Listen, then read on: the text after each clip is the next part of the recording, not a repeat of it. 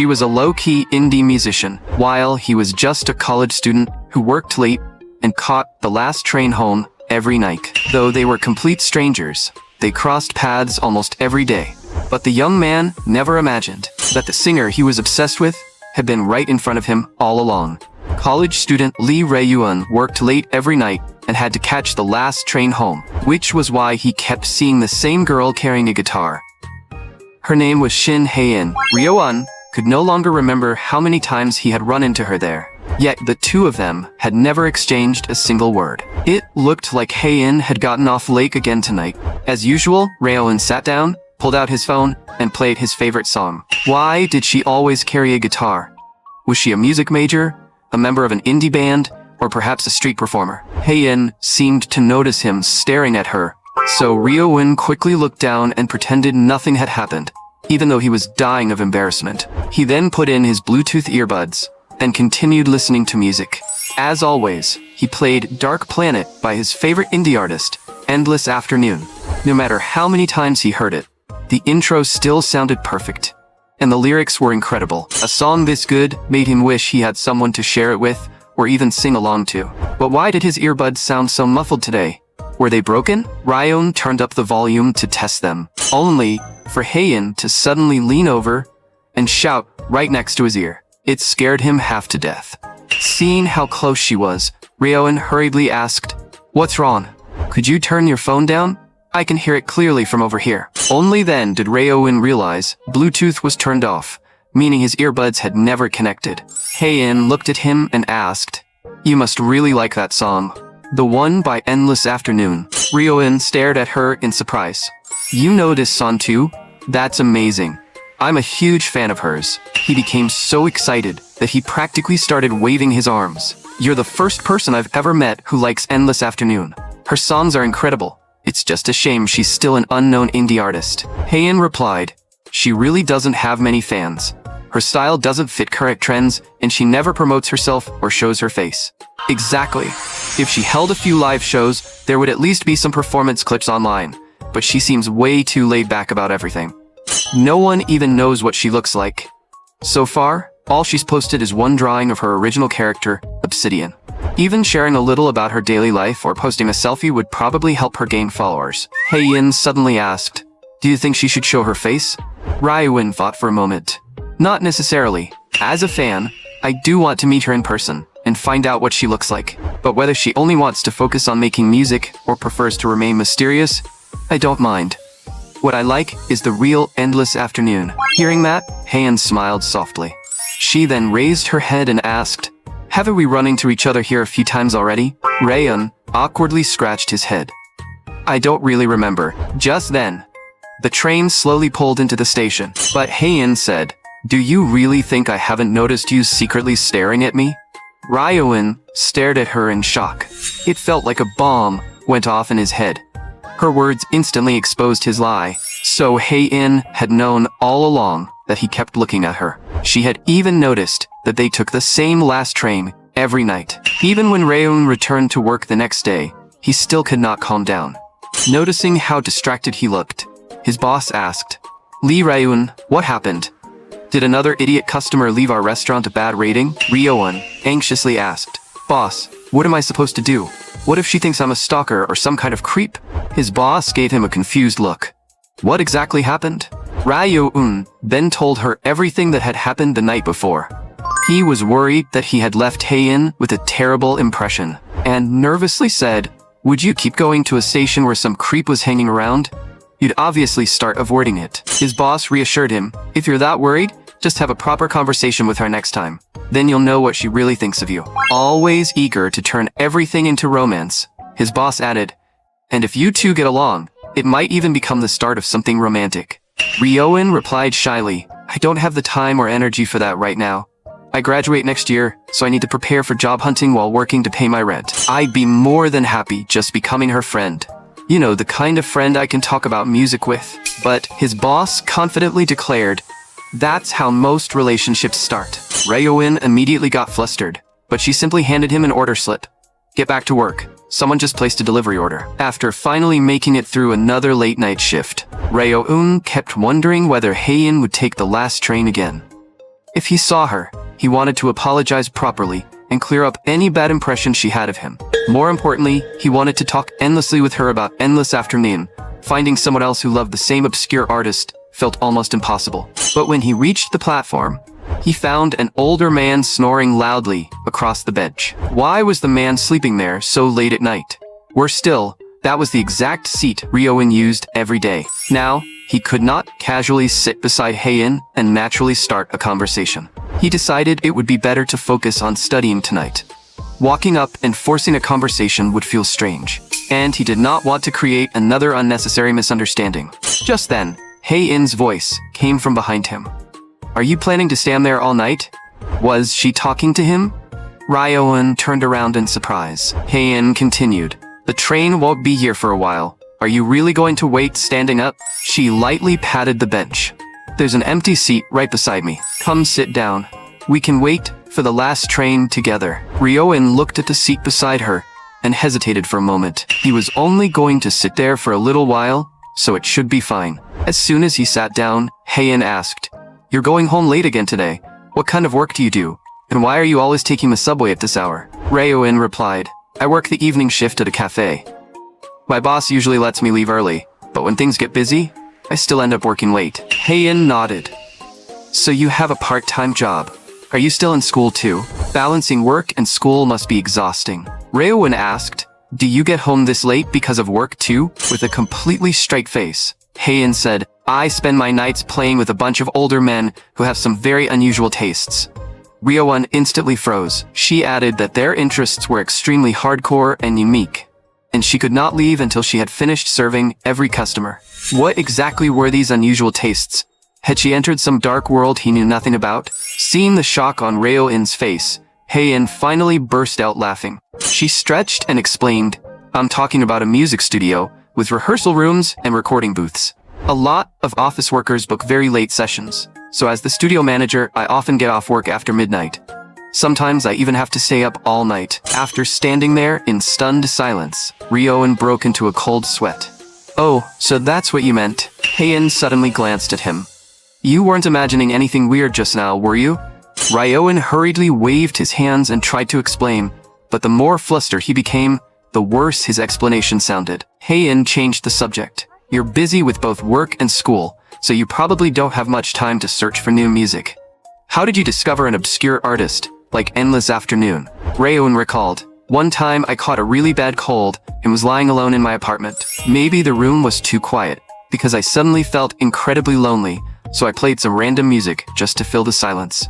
That was when I happened to discover Dark Planet by Endless Afternoon. The melody caught my attention the first time I heard it. But the more I listened, the more beautiful the entire song became, especially the line, 'It's okay to let things unfold on their own.' It felt like the song was comforting me and telling me that I could finally relax." Ryo-in then asked, "Which of her songs is your favorite?" Hae-in suddenly turned toward him and softly replied, "In the Tide is really good too." Ryo-in reacted as though he had just discovered a whole new world. "That song is amazing too. The moment the rhythm suddenly changes is incredible. I think she's especially talented with electronic instruments." Just then, an announcement played over the speakers, saying the train was approaching. Only then did Ryo-in realize how quickly time had passed. Hae-in looked at him and said, "That lyric you mentioned, it's okay to let things unfold on their own. If Endless Afternoon heard what you said, I'm sure she'd be really happy." Ryo-in smiled awkwardly. "Really? Now you're making me feel a little embarrassed." Hoping to get closer to her, he introduced himself. "By the way, my name is Lee Ryo-in. What's yours?" As she stepped onto the train, she turned back and smiled at him. "Shin Hae-in. Next time we meet, make sure you say hello first." After returning home and taking a shower, Shin Hae-in could not stop thinking about what had happened at the station. He said his name was Lee Ryo-in. He really is an interesting guy. She remembered another night on the subway when a drunk older man had dropped his wallet. Ryo-in was the one who picked it up and quietly slipped it back into the man's pocket. So he was actually a genuinely kind person. What surprised her even more was that he was a fan of Endless Afternoon. If he found out she was Endless Afternoon, would he be happy? Or would he laugh at her without holding back, just like those people had? Then again, what Ryo-eun liked was endless afternoons music. There was no reason to reveal her identity. She could simply continue focusing on making music. Besides, it sometimes felt like people did not truly admire her. They admired Obsidian, the original character she had created. The next day, Hae-in arrived at the music studio and looked over the new drawing of Obsidian she had just finished. She wondered whether she should upload this kind of artwork to her profile. Just then, several customers entered the studio. One of them wanted to reserve a room for the following Monday. After completing the reservation, he blushed and asked Hae-in for her phone number, but she immediately turned him down. With no other customers around, Hae-in decided to clean the studio. She grabbed the floor scrubber and began working, when her uncle suddenly walked inside. He was also the owner of the music studio. Her uncle asked, "Why did you reject that guy? He seemed pretty decent to me." Hae-in replied, "I don't like talking on the phone. Whether it's texting or calling, you can't see the other person's expression. More importantly, his band style isn't the kind of music I like." Her uncle then told her that the 10 o'clock reservation had been cancelled, so she could leave as soon as she finished cleaning. He also handed her a beautifully wrapped box and said it was a gift. Her uncle explained that today was a day when guys traditionally gave gifts to girls, and that the dessert inside tasted especially good with coffee while writing songs. Afterward, Hae-in stayed at the studio and practiced guitar for a while. Meanwhile, all the customers at the cafe had already left. Ryo-eun said goodbye to his boss, packed up his things, and finished his shift. When he reached the bench at the subway station, he suddenly felt completely exhausted. He had been overwhelmed ever since the semester began. He needed to use the next break to improve his language exam score. Just then, a familiar figure appeared in front of him. Ryo-eun looked up and realized it was Hae-in. His face immediately turned red as he greeted her first, and he also noticed the beautifully wrapped gift box in her hand. Hae-in told Ryo-eun that it was White Day and that the box was a gift she had received. Ryo-eun immediately assumed she must be incredibly popular. After all, she was beautiful, charming, and had a style that made her stand out, so there were probably plenty of handsome guys around her. But the next second, Hae-in suddenly held the box out to him. "Have some and keep studying. Sugar helps your brain work." Ryo-eun looked at her in confusion. "Why are you giving it to me? Isn't this a gift you received?" Hae-in explained that she did not like sweets, so it would only end up being thrown away. Even so, Ryo-eun still hesitated. "That doesn't feel right. How could I take something another guy gave you?" Hae-in calmly replied, "My uncle gave it to me." "Did you seriously think I was giving you a present from some other guy?" Ryo-eun's face instantly flushed red all the way to his neck. He quickly accepted the box and changed the subject. "What is it?" Hae-in replied, "My uncle said it's handmade caramel. Apparently it's pretty popular lately. It's just a dessert. You can eat some whenever studying wears you out." It was Ryo-eun's first time seeing handmade caramel, so he said, "You should take a few too. Your uncle gave them to you, so you should at least find out what they taste like." Hae-in thought for a moment. "You're right. If I don't tell him how they tasted tomorrow, he'll probably be upset. Then just give me one." As soon as she finished speaking, she turned toward Ryo-eun and opened her mouth. Her sudden action made him panic. "You want me to feed you?" Hae-in explained. "I got oil on my hands while working on my guitar, so I don't want to touch it." She even stuck out her tongue, signaling for him to place the caramel on it. With no other choice, Ryo-eun unwrapped one and held it out to her. Hae-in leaned forward and bit the caramel from his hand. But the next second, she suddenly cried out, nearly scaring the life out of Ryo-eun. Then, she playfully said, "This thing is so sweet, it's ridiculous." Ryo-eun looked at her in confusion. "Is it really that sweet?" He unwrapped one and placed it in his mouth, only to be hit by a caramel flavor so sweet that it almost tasted bitter. "You definitely need coffee or bitter tea with this.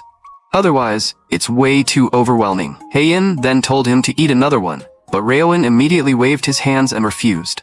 The next morning, his phone alarm kept ringing non-stop. Ryo-eun felt as though he had slept for less than 30 minutes.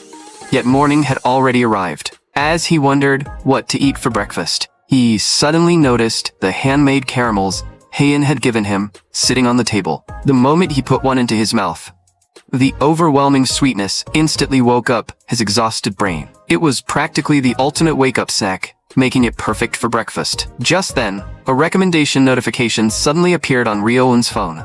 Endless Afternoon had actually uploaded a new post. He could hardly believe it. That single update was enough to keep him energized for the entire day. His boss immediately noticed the change in him. "You're unusually motivated today. Something good must have happened." Ryo-eun excitedly told her, "My favorite musician finally posted something new. She hasn't updated her page in ages. Based on her usual pattern, she might be about to release a new song. Just thinking about it makes me too excited to sleep." His boss replied disappointedly, "So that's all? I was hoping you'd had some kind of romantic encounter. What happened with that girl you kept meeting on the last train? Have you made any progress?" Ryo-eun quickly denied it. "I don't see her that way. But you see each other all the time. Haven't you at least gotten a little closer?" Now that she mentioned it, Ryo-eun remembered that they had already exchanged names during their last conversation. Haein had even given him handmade caramel on White Day. His boss became even more excited than Ryo-eun after hearing that. He quickly explained that he had introduced himself first and only asked for Haein's name afterward. But his romance-obsessed boss was already letting her imagination run wild.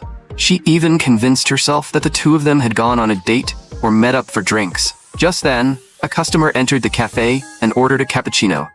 Ryo-eun felt like he had seen the man somewhere before.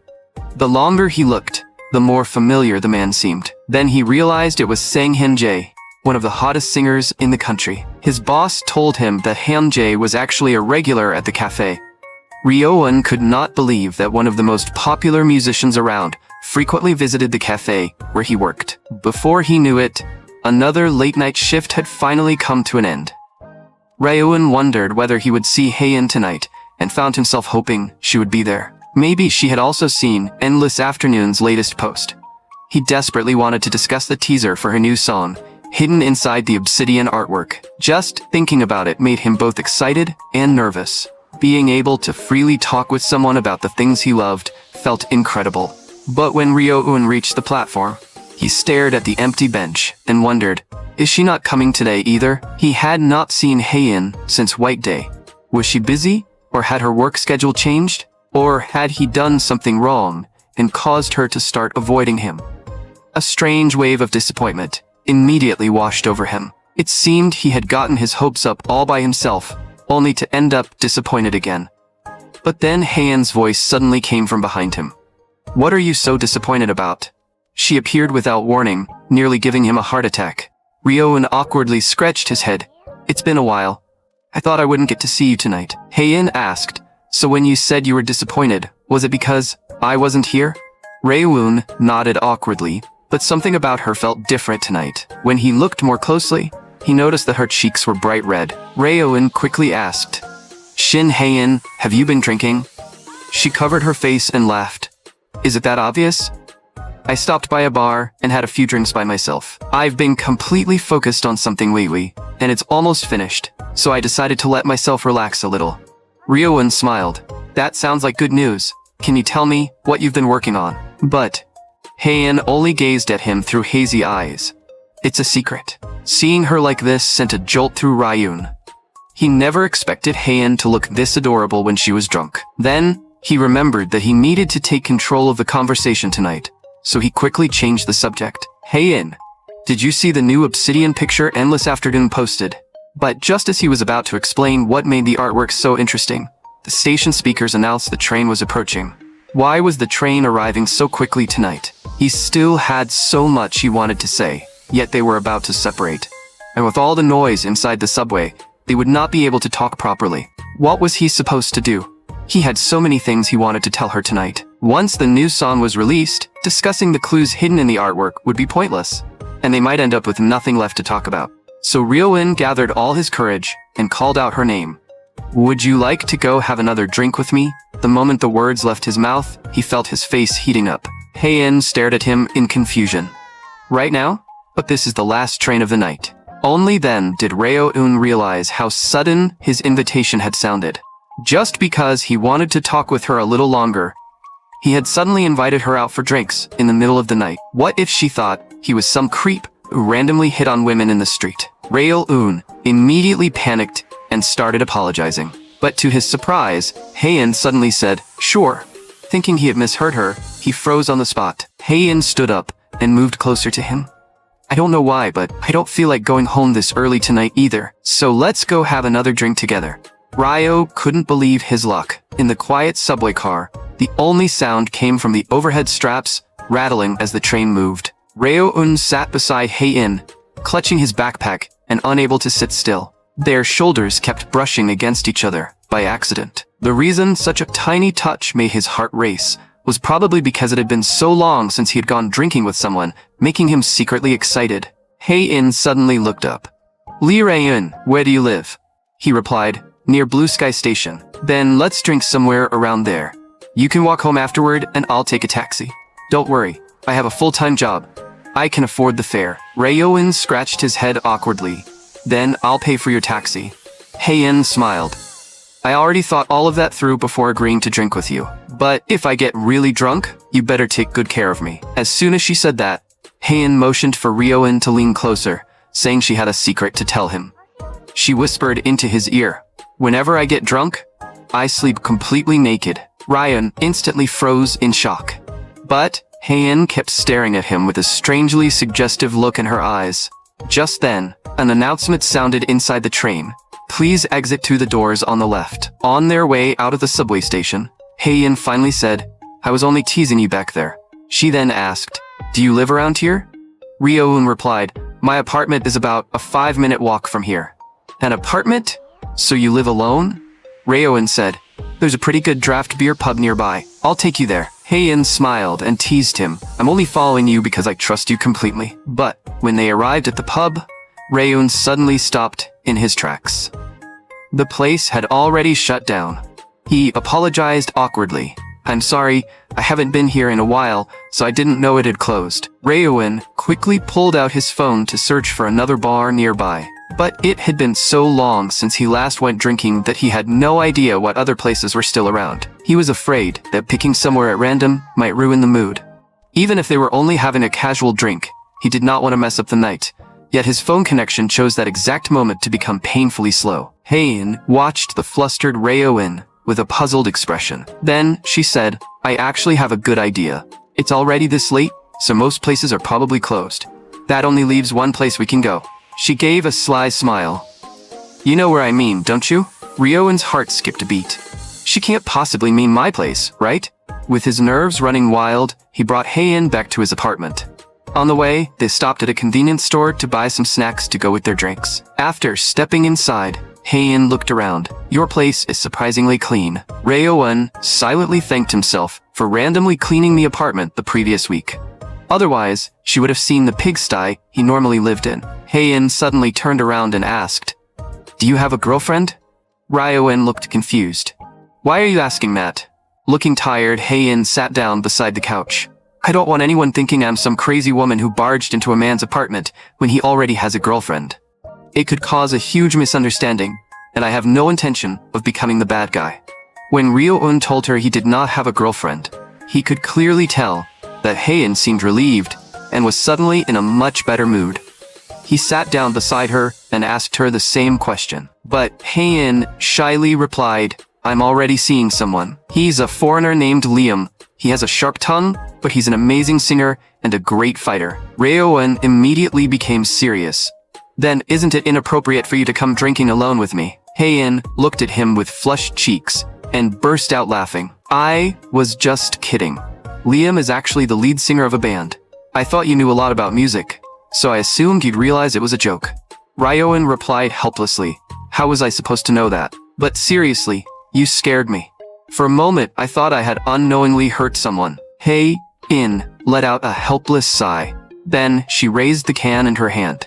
"Come on, let's have a toast. Because no one is going to get hurt tonight." But Ryo-un still could not believe that she truly did not have a boyfriend. Heian replied helplessly, "I really don't. Why is that so hard for you to believe?" And so, the two of them drank together while talking about their shared love of music. Ryo-un showed her the new obsidian artwork posted by Endless Afternoon and excitedly said, "This has to be a teaser for her next song. Look, 4 objects are falling off obsidian.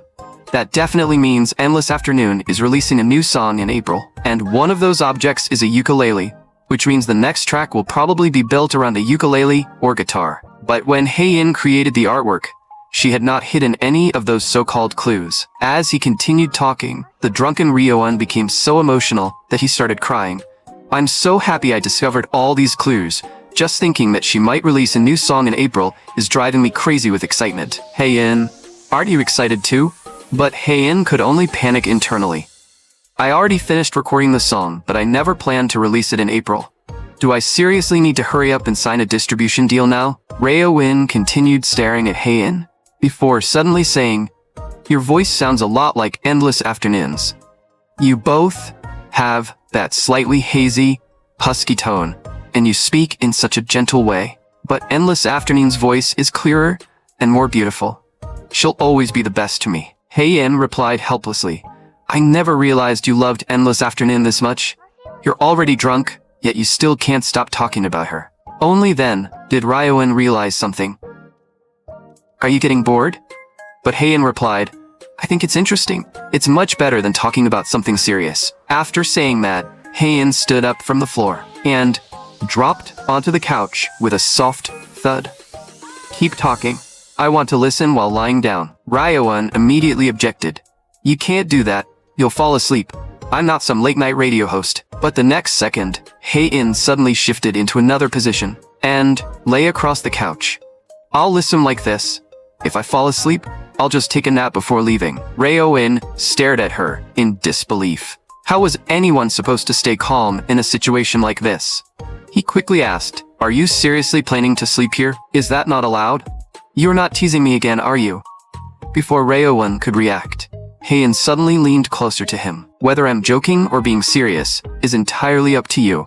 After all, it's your place. You get to decide." As Ryo-eun stared at the beautiful face right in front of him, his mind filled with memories of their time together at the subway station. Deep down, he found himself hoping that she truly meant what she had said. Since the next day was Sunday and neither of them had finished talking, he finally said, "Then stay a little longer. I'll tell you more." Hearing that, Hae-in immediately brightened up. But the next second, she suddenly sat up and unbuttoned her pants, causing Ryo-eun to spit out his beer. He hurriedly stopped her. "What are you doing? Why are you suddenly taking off your pants?" Hae-in innocently explained.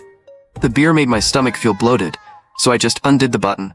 It feels more comfortable this way." Ryo-eun immediately became embarrassed. "Oh, so that's all. Should I get you something looser to change into? I have some clean sweats here. They might be a little big on you, but they should be much more comfortable." Just as Ryo-eun stood up to get her some clothes, Hae-in told him they had run out of beer and that the can in her hand was the last one. Ryo-eun asked, "Do you still want more? I can go out and buy some." He never expected the quiet and reserved Hae-in to be such a heavy drinker. "You can change while I run down to the convenience store. I'll be right back. Do you need anything else? Maybe a toothbrush or some other toiletries?" Hae-in replied, "No, I already have almost everything I need in my bag. But could you pick up one thing for me? I checked the date and my period should be starting soon, but I forgot to bring any pads." Ryo-eun never imagined she would ask a grown man like him to buy something like that. After reaching the convenience store, he grabbed the beer first and then headed to the personal care aisle. Hae-in had to mean sanitary pads, right? But as he stared at the countless different products on the shelves, he had no idea what the differences were, and he was far too embarrassed to call her and ask.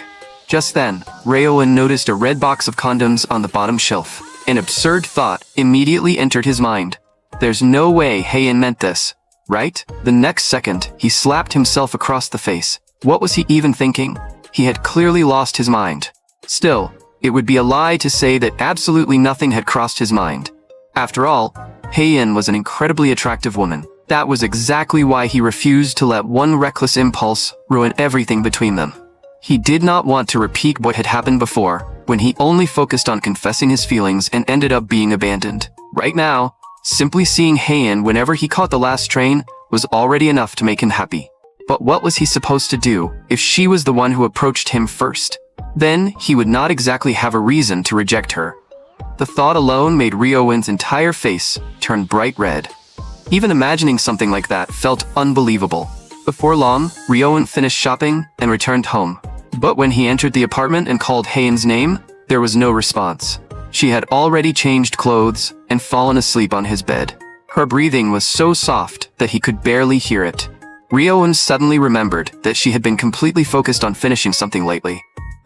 It seemed that the moment she finally relaxed, all her exhaustion had caught up with her. But leaving her asleep like that was not a good idea. She could easily catch a cold. So Ryoun leaned close to her ear and whispered, "Wake up for a second. Let me tuck you in. You'll get sick if you sleep like this." But Haeun suddenly wrapped her arms around his neck. With her face only inches away, even their breathing began to feel unbearably hot. Fortunately, Ryoun was still sober enough to think clearly. He quickly called her name and asked what she was doing. As he struggled to sit back up, Haeun gazed at him through drunken eyes and whispered, "You're really handsome. You're exactly my type. It's almost like you were made to match everything I like." Ryoun's ears instantly burned, and he could hear his own heart pounding. But the very next second, Haeun turned her head and fell asleep. What just happened? Had she been talking in her sleep? Seeing how peacefully she was sleeping, Ryoun quickly covered her with the blanket. When he remembered how close he had come to falling on top of her, and how he had nearly lost himself in the touch of her slender fingers and the warmth of her breath, he was relieved he still had some sense left. But after lying down on the couch, the restless Ryoun could not fall asleep. If Haeun had kept holding him like that, he probably would not have been able to push her away. He knew these feelings might never lead anywhere, but his heart refused to stop racing whenever he thought about her. It felt like he had only just fallen asleep when morning arrived. Ryoun groggily sat up on the couch and immediately felt a sharp pain in his neck. If he had known this would happen, he would have slept on the floor instead. Just then, he noticed that the bed was empty. Had she gone to the bathroom?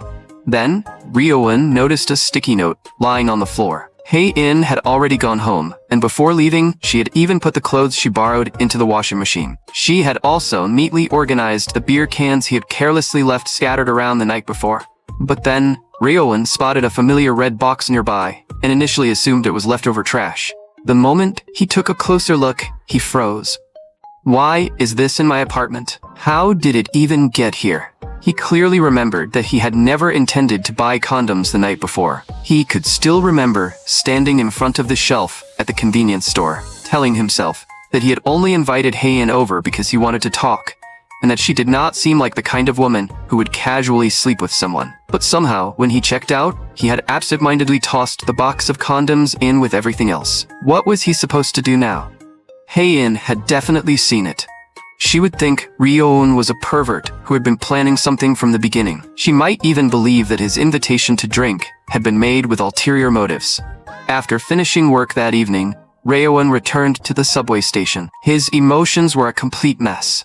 He wanted to see Haeun, yet he was terrified of facing her. When he saw her sitting on the bench, he deliberately cleared his throat twice. Haeun looked up from her phone and glanced at him. "You're here, Lee Ryoun."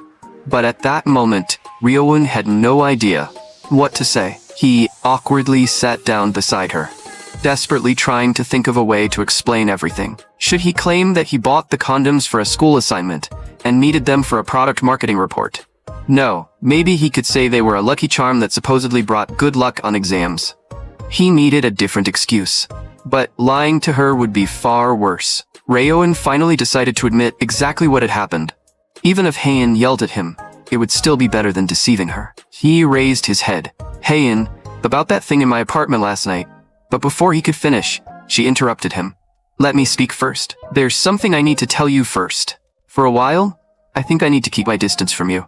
Ryoun quickly asked, "Why? Isn't this a little too sudden?" Haeun lowered her voice. "I realize that whenever I'm with you, I barely have my guard up at all. Especially after what happened last time. Maybe it's because I grew up talking about music with the members of my uncle's band. So when I'm with you, I naturally forget to keep proper boundaries. Before I knew it, I had crossed the line. That's why I think I should keep my distance from you for a while." Ryoun stared at her in confusion and cautiously asked, "Is this because of the box of condoms I bought?" Haeun suddenly gave him a strange look. "So you really are hung up on that? I was surprised when I saw them, but when I thought about it, Having thoughts like that after drinking isn't exactly strange. We're both adults, after all. I just never expected you to be that kind of guy.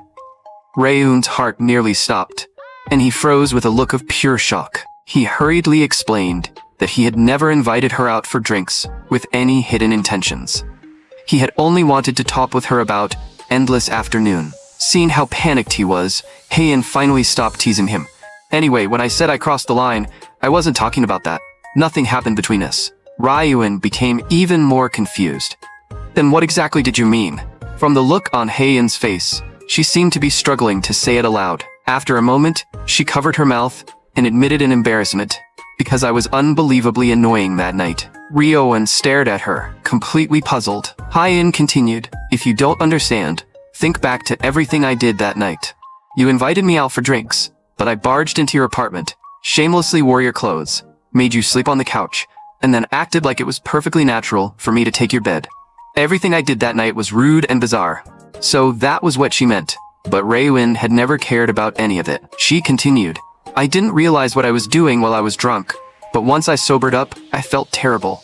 I was too embarrassed to even face you, so I ran away. Hearing her explanation, Raeun was genuinely surprised. He had always thought Haein was someone who looked cold and handled everything without hesitation. He never imagined that she could regret her actions, feel embarrassed, or even apologize so sincerely. It was completely different from what he had expected. At that moment, Raeun found this side of Haein unbelievably adorable. Haein went on, that's why I want to keep my distance. If we get too close, I'm afraid I'll do something like that again. So, for a while, I probably won't come to this station. Raeun instantly panicked the moment he heard that. He stared directly into Haein's eyes and said seriously, no. Haein asked innocently, why not? Raeun stumbled over his words. I told you, didn't I? Endless Afternoon might release a new song soon. I really want to talk about it with you. But Haein asked worriedly, what if I do something inappropriate again whenever we're together? You've already seen what I'm like when I'm drunk. If this keeps going, I might eventually do something even worse. Raeun answered without hesitation. I don't care. Everything you think was rude, I can handle. Whether you tell me stupid jokes or make a mess when you're drunk, I can accept all of it. But you absolutely cannot use that as a reason to stay away from me. Haein stared at Raeun with an unreadable look in her eyes. Just then, the train slowly pulled into the station. Before leaving, she suddenly asked, can I choose the drinking snacks next time? Raeun looked confused. What drinking snacks? The ones we'll eat the next time I come over to drink at your place. We can't drink without snacks, can we? The moment he heard that, Raeun instantly perked up. Of course, you can choose whatever you want. As she was about to leave, Haein quietly added, make sure you keep what you bought earlier. It might come in handy someday. What was she talking about? Raeun suddenly realized she might mean the red box. But Haein turned back and smiled. Idiot, I meant the beer. After another exhausting day, Haein returned home with her guitar on her back. Once inside, she took off her coat out of habit. She still could not stop thinking about what had happened. Ever since I got drunk that night, I've been worried Raeun might be angry or even start hating me.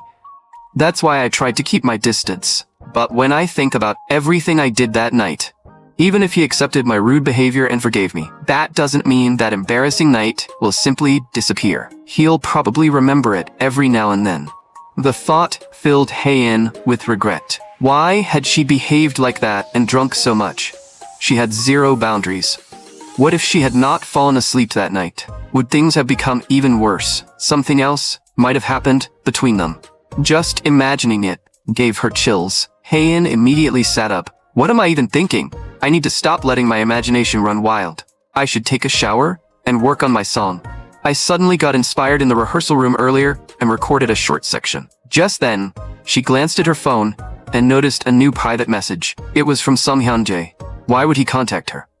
Could someone be impersonating him? Curious, Haein opened the message. It really was Hyun-jae, and he was inviting her to collaborate on a song. The next day, Haein practiced guitar in the rehearsal room as usual. But, with the offer weighing on her mind, she could not concentrate at all. She kept thinking about the message Hyun-jae had sent the day before. After struggling with the decision for a long time, she ultimately chose not to reply. Still, collaborating with an artist whose style was so different from hers could be incredibly interesting. Just then, someone knocked on the rehearsal room door. It was Haeun's uncle.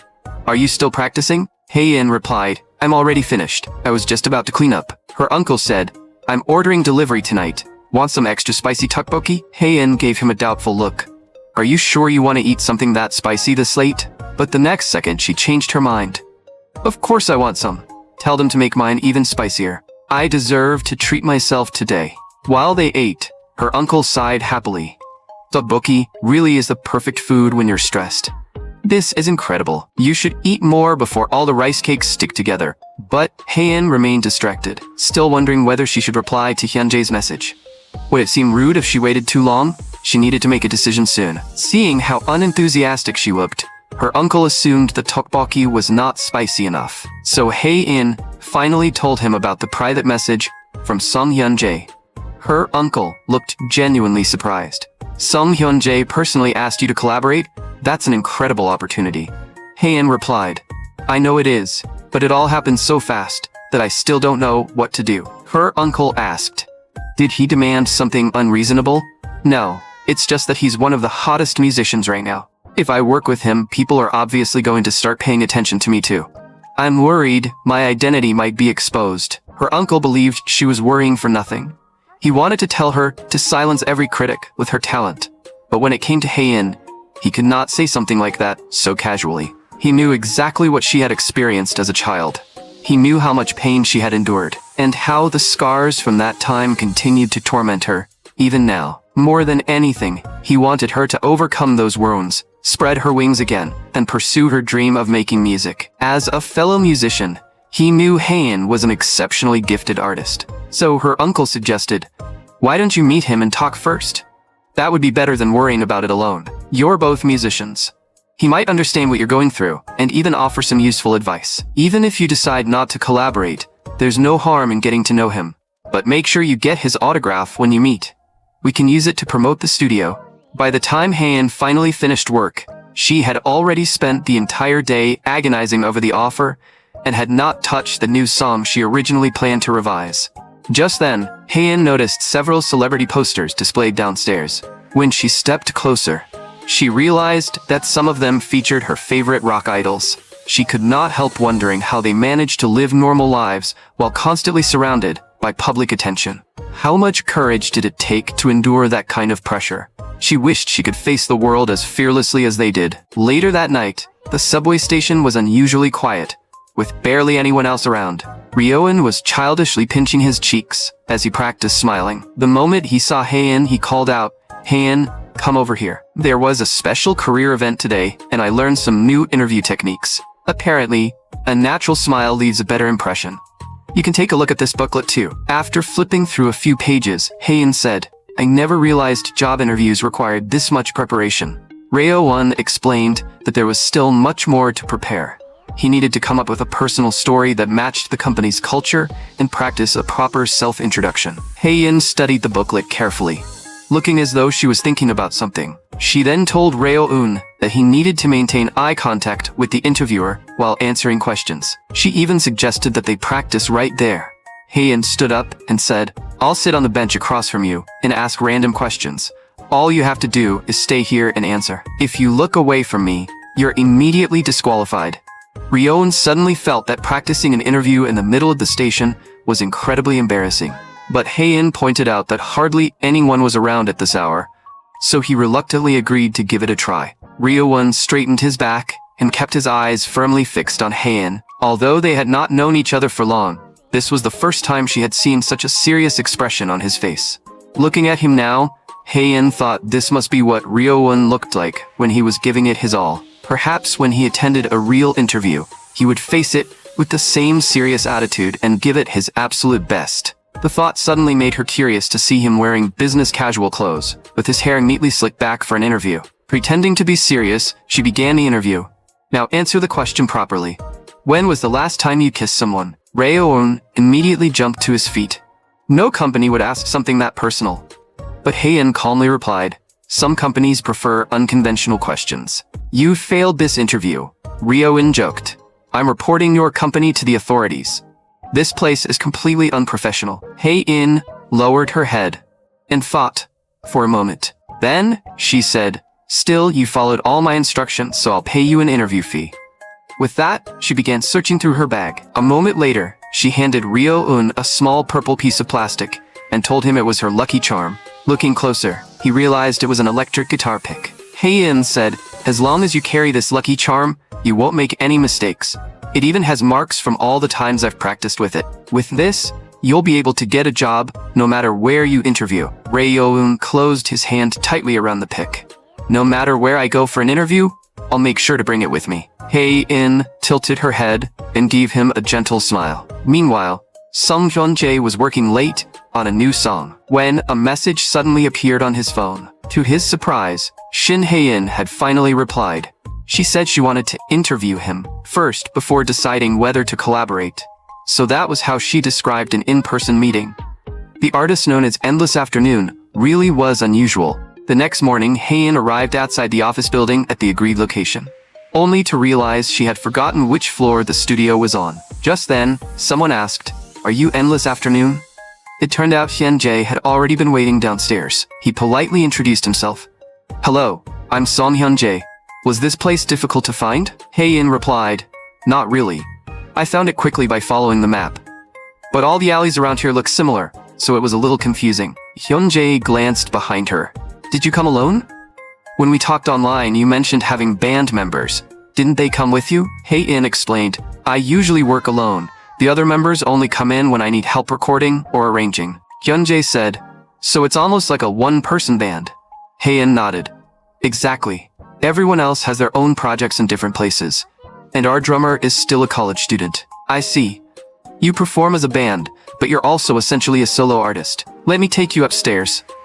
We can talk about everything else once we get there." While they were walking, Hyun-jae suddenly turned around. "What should I call you? I can't keep calling you Endless Afternoon forever." Hae-in replied, "My real name is Shin Hae-in. You can call me whatever you're comfortable with." "Then, how about Ms. Hae-in?" The moment he said it, they both burst out laughing. After reaching the office floor, Hyun-jae explained, "The company meeting room is being renovated, so we'll talk in my studio today." Hae-in looked around. "Does this entire building belong to you?" Hyun-jae laughed. "I only rent a few offices here. I'm not some massive superstar. There's no way I could afford the whole building. But who knows about the future? I'm currently preparing to launch a record label. If it becomes successful enough, maybe I really will buy the entire building someday." Hae-in simply replied, "You're starting a record label? That's impressive." Hyun-jae wondered why her reaction was so lukewarm. He had assumed she would be interested once he mentioned the label. Was she completely uninterested in the company he was creating? Or was she confident she could succeed entirely on her own? She really was an unusual person. It seemed she would not be easy to persuade. In reality, Hae-in was simply exhausted. She had stayed up all night writing music and wanted to finish the meeting quickly so she could sleep in the rehearsal room. Once they entered the studio, Hyun-jae asked what she wanted to drink. "I have coffee, Coke Zero, beer, pretty much anything you want." Hae-in declined immediately. "No thank you. I don't need anything. I'd rather discuss the collaboration as quickly as possible." Hyun-jae nodded. "Of course. We both made time in our busy schedules to meet, so every minute matters." He then pulled out a stack of documents. "Take a look through the contract. Feel free to ask me about anything." Hae-in accepted the papers and carefully read through them page by page. After a while, she said, "There's something I'm curious about, but I'm not sure whether I should ask. If we collaborate, will I have to appear at performances and promotional events under my real identity?" Hyun-jae took off his hat. "That part doesn't matter. You can present yourself however you want, but there is one thing I need to make clear from the beginning. The reason I want to work with Endless Afternoon isn't because of your commercial value. I simply want to properly introduce such a talented artist to more people. And of course, I'm saying this as a sincere fan. I hope you understand that." Hyun-jae then stood up and said, "Why don't we listen to the song I just wrote?" Hae-in stood behind him, carefully observing his every move. She had already decided that if he insisted on making her appear at performances, she would reject the offer immediately. But to her surprise, Hyun-jae had accepted her condition without hesitation. Was he only acting considerate to secure the collaboration? Or was he genuinely thinking about what was best for her? Hyun-jae turned around with a smile. "All right, I'm starting it now." The moment his fingers gently touched the keyboard, A beautiful melody filled the entire room. But the longer Haein listened, the more something felt wrong. No way. She suddenly stood up and told Hyunjae to pause the track. Then, she angrily asked, "When you said collaboration, did you mean I'd only be playing accompaniments on a song you already finished?" Hyunjae looked confused. "Don't you think it already sounds good?" Haein replied, "The song sounds great, but this is supposed to be a collaboration. It can't only have your style, it needs mine too." She then told Hyunjae to get up, sat down at the computer, and tied back her hair. "First, I'm deleting every track we don't need. Why are you so attached to this stuff?" What she did not know was that Hyunjae had spent 3 full days and nights searching for those samples. In truth, Haein knew the song was already nearly perfect, with almost nothing to criticize. Changing it carelessly could easily ruin its balance. But the people who loved her did not only love the songs she created, they also loved her distinctive musical style. So if this song was going to carry the name Endless Afternoon, she refused to abandon what made her music unique. Hyunjae watched as Haein removed the unnecessary tracks and gradually infused the song with her own style. He had known that her music was heavily influenced by shoegaze and post-rock, but he never imagined she could create something with this kind of sound. She had not sacrificed her identity to fit the song. Instead, she blended her style into it naturally and gave the track a personality that was unmistakably her own. She truly was a fascinating artist. Hyunjae had a strong feeling that their collaboration was going to sound incredible. Just then, he leaned toward Haein and asked, "Want me to grab you a beer?" Haein nodded. "Sure. And please finish writing the lyrics for the first verse, because I'm completing the entire arrangement today." Before long, night had fallen. Meanwhile, Ryoin was still working hard on a report in the library. He had no idea whether it would pass. The evidence supporting his argument still felt too weak. "I should take a break before continuing. I've been writing for so long that I'm exhausted." So Ryoin stepped outside to stretch and move around. Once his midterms ended in mid-April, his schedule should finally become more manageable. He still needed to prepare for a career aptitude test and attend several job fairs. He already had more work than he could possibly handle, but none of that stopped him from wanting to drink with Haein again. The only problem was finding a night when both of them were free. Just then, a notification suddenly appeared on his phone. Ryoun pulled it from his pocket in confusion. "What's this? Didn't I put this thing on silent?" Good thing it didn't make any noise inside the library. But why was the app recommending something like this to him? After finishing another long day, Ryoun arrived at the subway station and found Haein already waiting for the train. She was even using her waiting time to work on music. Ryoun quickly called out to her. Haein removed her Bluetooth earbuds and looked up at him. He then showed her the recommendation he had received earlier that day. "Let's hold our own listening party." Haein stared at Ryoun with a puzzled expression. "What exactly is this? I've never heard of anything like it." Ryoun explained, "It's kind of like watching a movie together. Everyone gathers to listen to a new song and then shares their thoughts. I only recently found out that listening parties like this even existed. A friend once took me to one where the singer actually attended in person. After everyone listened to the song, the artist explained what she had been feeling while singing it, and how she came up with the lyrics. It was honestly an amazing experience. So I thought we could hold our own little listening party. Endless Afternoon is releasing a new song on April 28th. Come over to my place and we can listen to it together." But Haein asked, "What's the point if Endless Afternoon won't be there?" The whole reason those events are special is because the artist explains the story behind the song. Ryoun realized she had a point, but quickly added, "We can still have fun together. We could even have a few drinks." Haein gave him a knowing look. "So after all that, what you're really looking forward to is drinking with me again." Did she seriously think he was that obsessed with alcohol? Ryoun protested. "That's not it. What I'm really excited about is Endless Afternoon's new song." Of course, he did need some kind of excuse to invite Haein over, and Haein could clearly see exactly what was going through his mind. She said, "Let me check whether I'm free that day." With that, she opened the calendar on her phone. Unfortunately, she was already scheduled to record the collaboration track that night. The 28th might not work. I'll probably be recording at the studio until very late.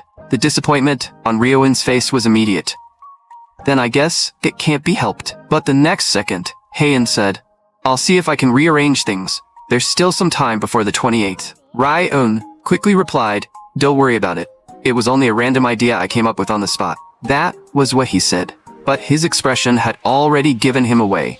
He looked exactly like a puppy that had just been told it could not go for a walk. Hae-in found herself conflicted. She had finally managed to coordinate the recording schedule with the other band members, so delaying it again would be difficult. After a moment, she placed a hand on Ryo-eun's shoulder. "Let's have drinks another day. Friends don't need a special reason to drink together. Once your midterms are over, we can go have a drink." Ryo-eun immediately brightened up. He never expected Hae-in to be the one who invited him this time. A few days later, after weeks of preparation, Ryo-eun finally reached the day of his midterm exams. Once he finished the final subject, he could finally breathe again. As long as he submitted his assignments the following week, he would be able to relax for a while.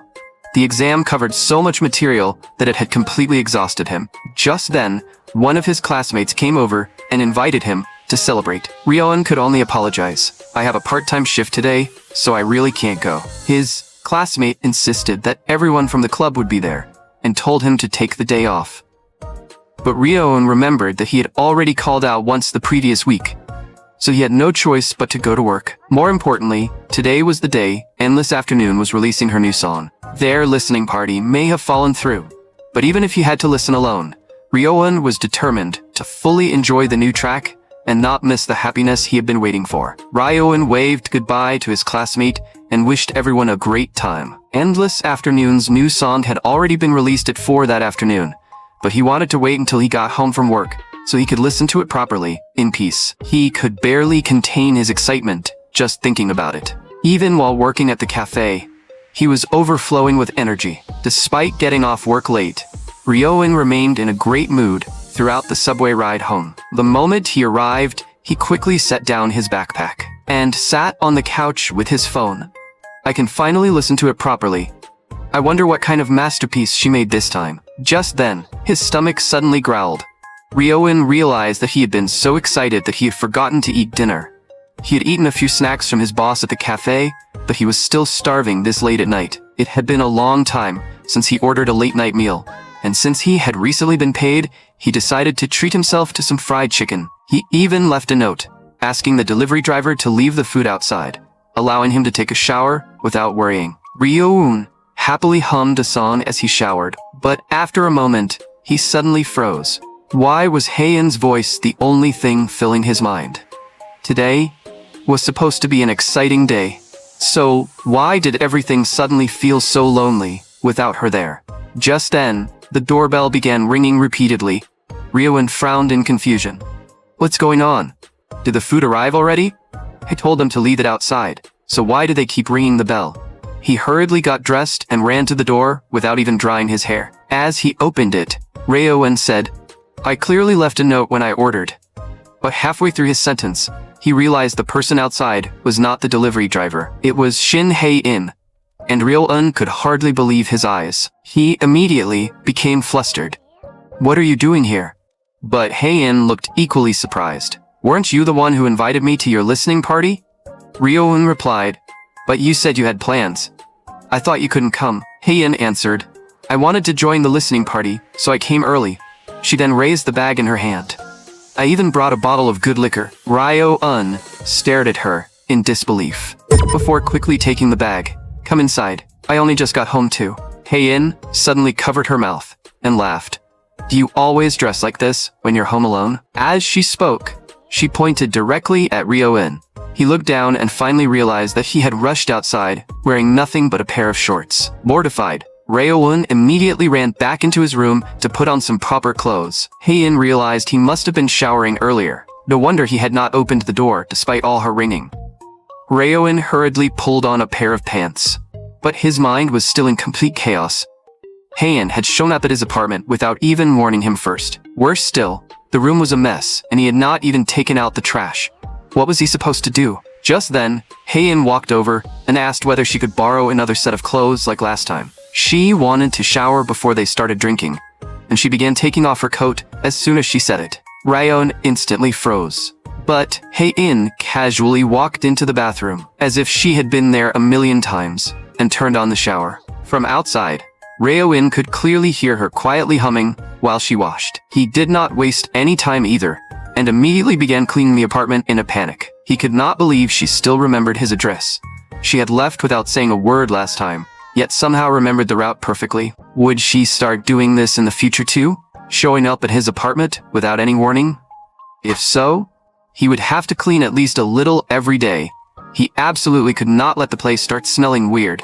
Just then, Ryo-in heard Hae-in calling him from inside the bathroom. She reached one hand through the gap in the door and asked him to pass her a towel. Ryo-in only dared to glance over for a second, before quickly turning away to find one. But where had he put the towels? And it had to be a clean one. He immediately began rushing around in a panic. After finally finding one, he quickly handed it to her. Then he wondered why he was acting so nervous. He had only passed her a towel. He hurriedly pulled out his phone to distract himself, forcing his mind to calm down.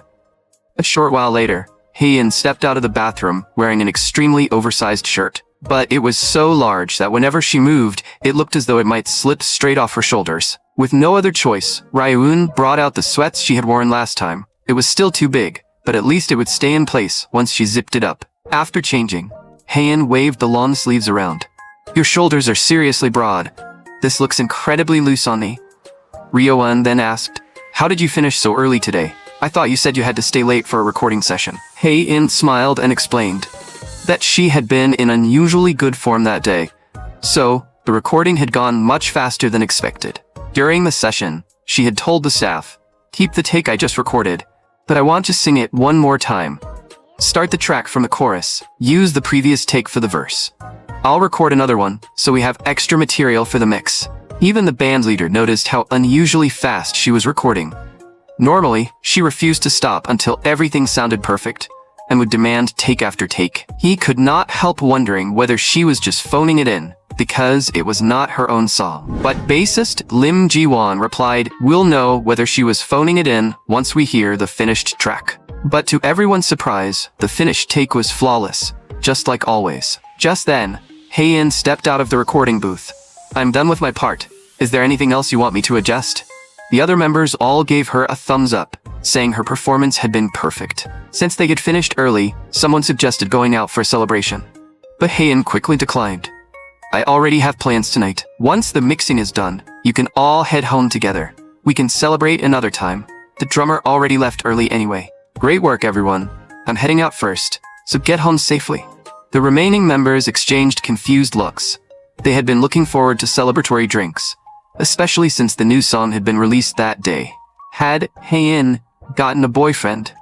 It turned out she had even skipped the celebration just so she could finish recording early.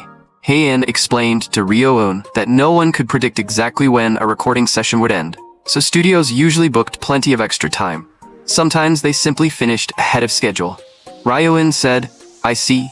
Hearing about it like this makes the whole process sound amazing." Just then, Hae-in pulled a bottle of whiskey from her bag. "Before we listen to Endless Afternoon's new song, let's have a drink. You treated me last time, so this one's on me. Don't worry, it wasn't anything too expensive." With that, she raised her glass, and the two of them toasted the release of Endless Afternoon's new song. Maybe Ryan was too excited, because he downed the entire glass of whiskey in one gulp. A burning sensation instantly rushed through his chest.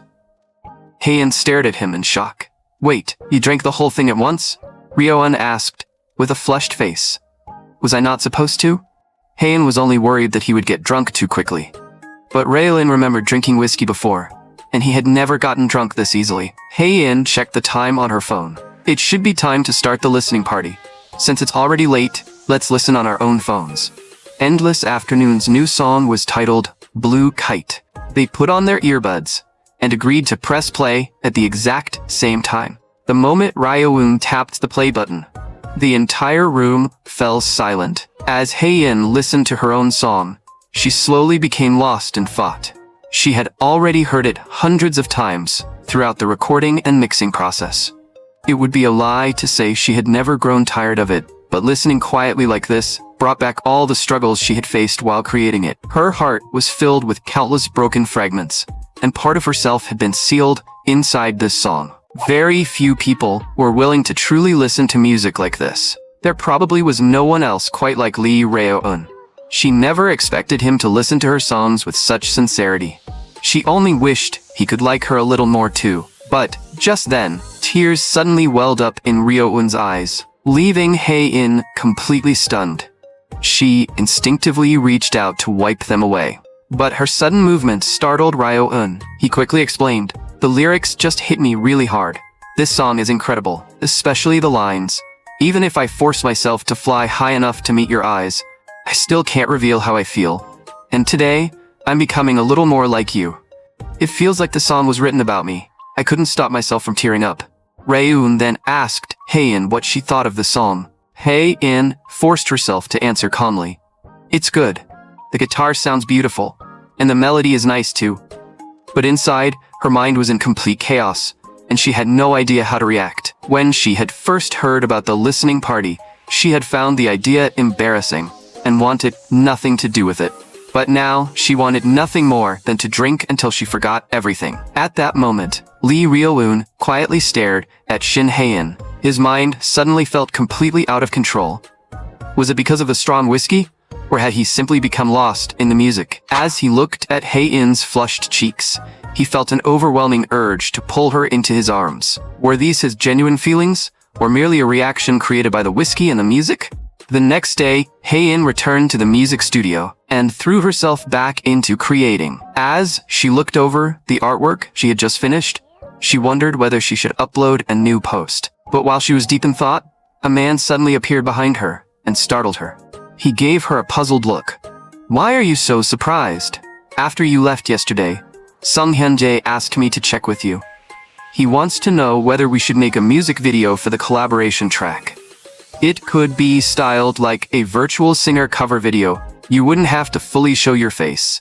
Editing and stage effects could handle most of the performance." Hae-in thought that things were becoming more complicated exactly as she had expected.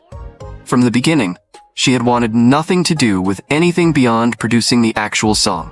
After thinking for a moment, she simply said she would consider it. Meanwhile, Ryo-eun suddenly felt a dull ache in his arm while heading to his part-time job. Still, the previous day had been surprisingly eventful and fulfilling. When he arrived at the cafe, he changed into his uniform and prepared to take over the evening shift. But his coworker told him, "The boss can't come in today. She started feeling sick and left early. It looks like she suddenly came down with a really bad cold." She had been shivering since the start of her shift, and when she went to the hospital, they found out she had a high fever. Ryo-eun immediately became worried and decided to call his boss once things calmed down. He told his coworker, "You should go home. Working alone until now must have been exhausting." But she smiled and said she planned to stay and help him through the evening shift. The cafe was unusually busy that night, and fortunately, she stayed to help.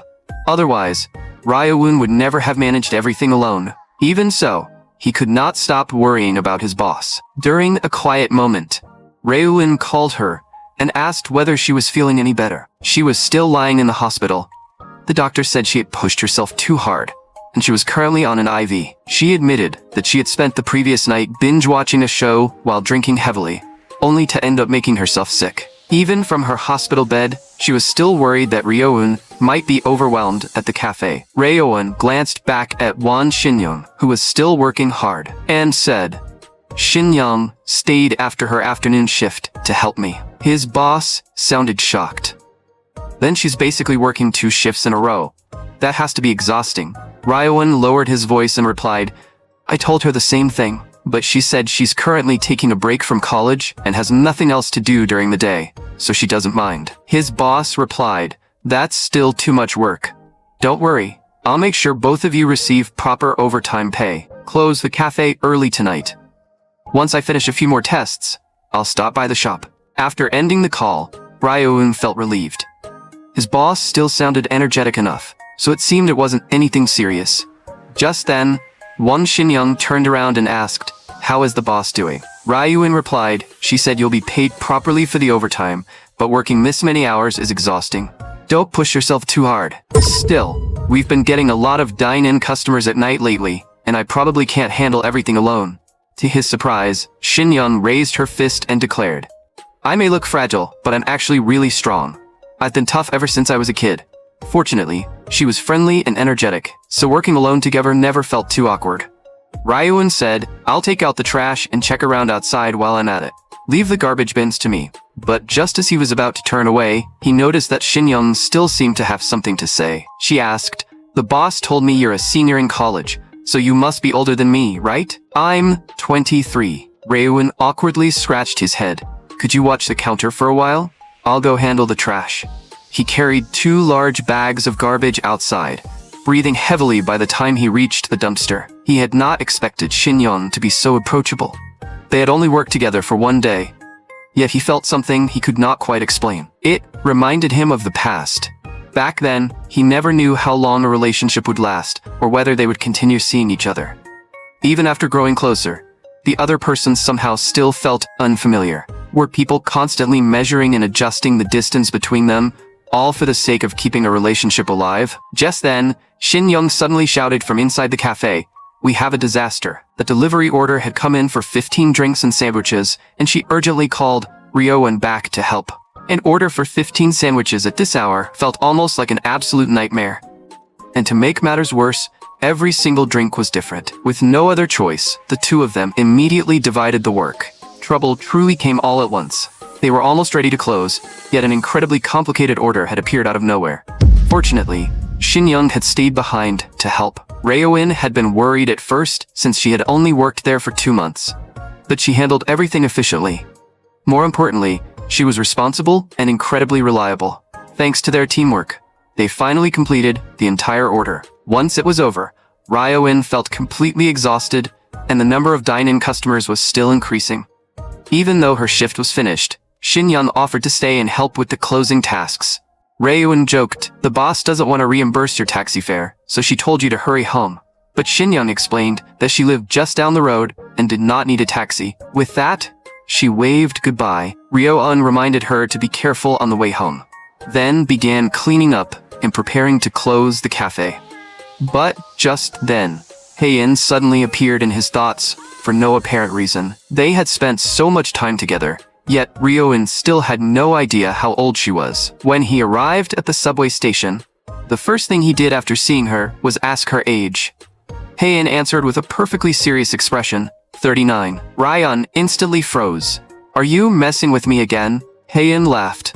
"Of course, I can't believe you actually fell for it. Do I really look 39? Ryuan replied, "If you are, then your baby face is honestly unbelievable. But is your real age supposed to be some kind of secret?" Hae-in asked, "Why are you suddenly so curious about my age? Are you investigating me? Not knowing my age doesn't really change anything, does it?" Ryuan turned away. "You're right, it doesn't affect our conversations. I shouldn't have asked." Seeing his reaction, Hae-in wondered whether she had sounded too harsh. She had only meant to tease him a little.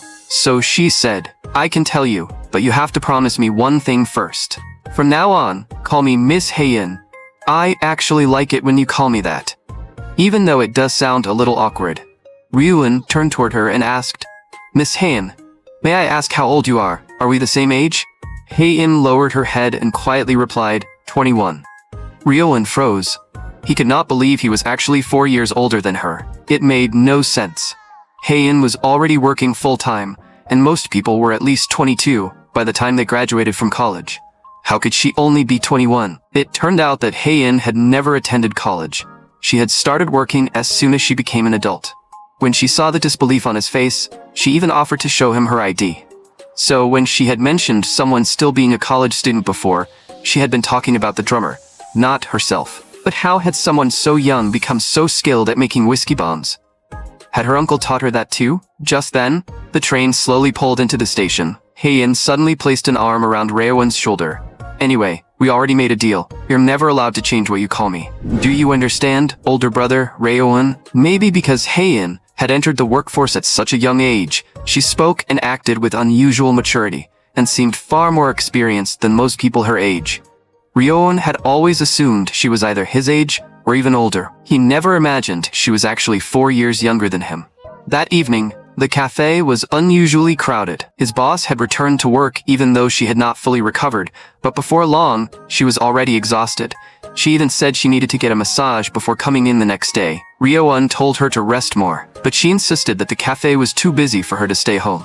It seemed that money was the only thing on her mind. Just then, she suddenly asked, "What do you think of Wan Xinyoung? She's only been working here for 2 months, but she's genuinely good at the job. She's cheerful, so she's great at dealing with customers. She still gets flustered sometimes, but that's only because she hasn't memorized every recipe yet.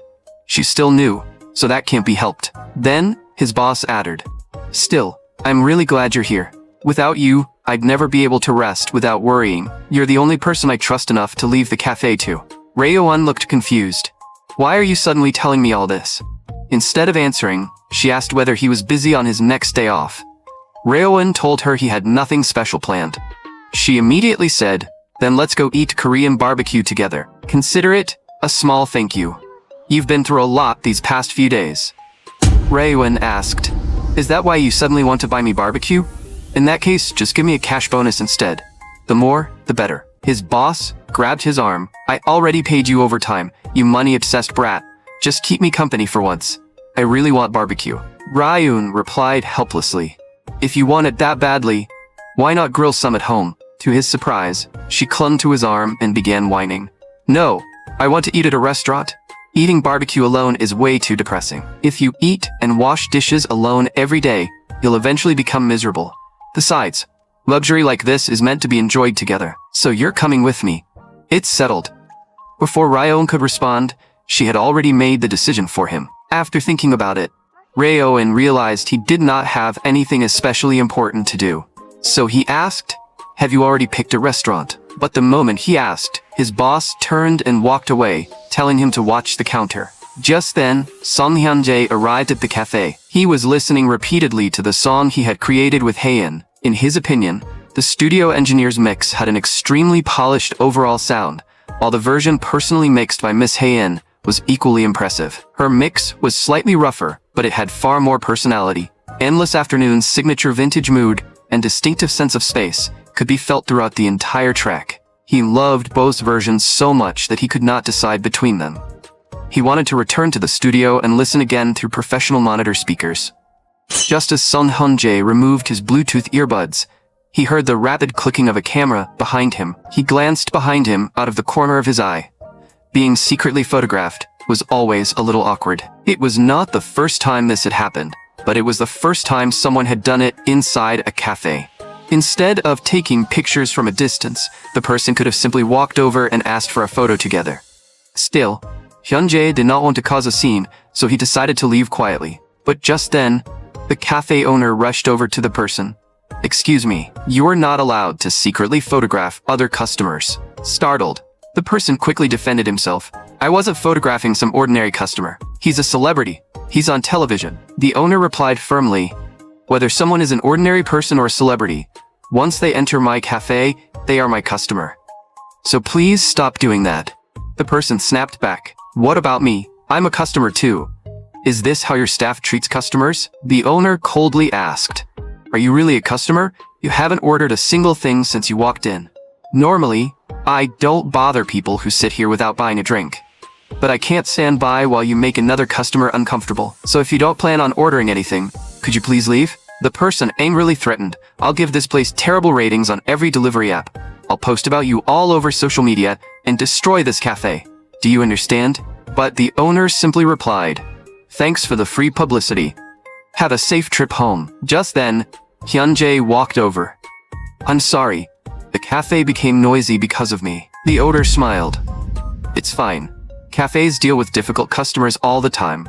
It's just part of running a business. So don't worry about it. And please come again. By the way, do you really like cappuccinos?"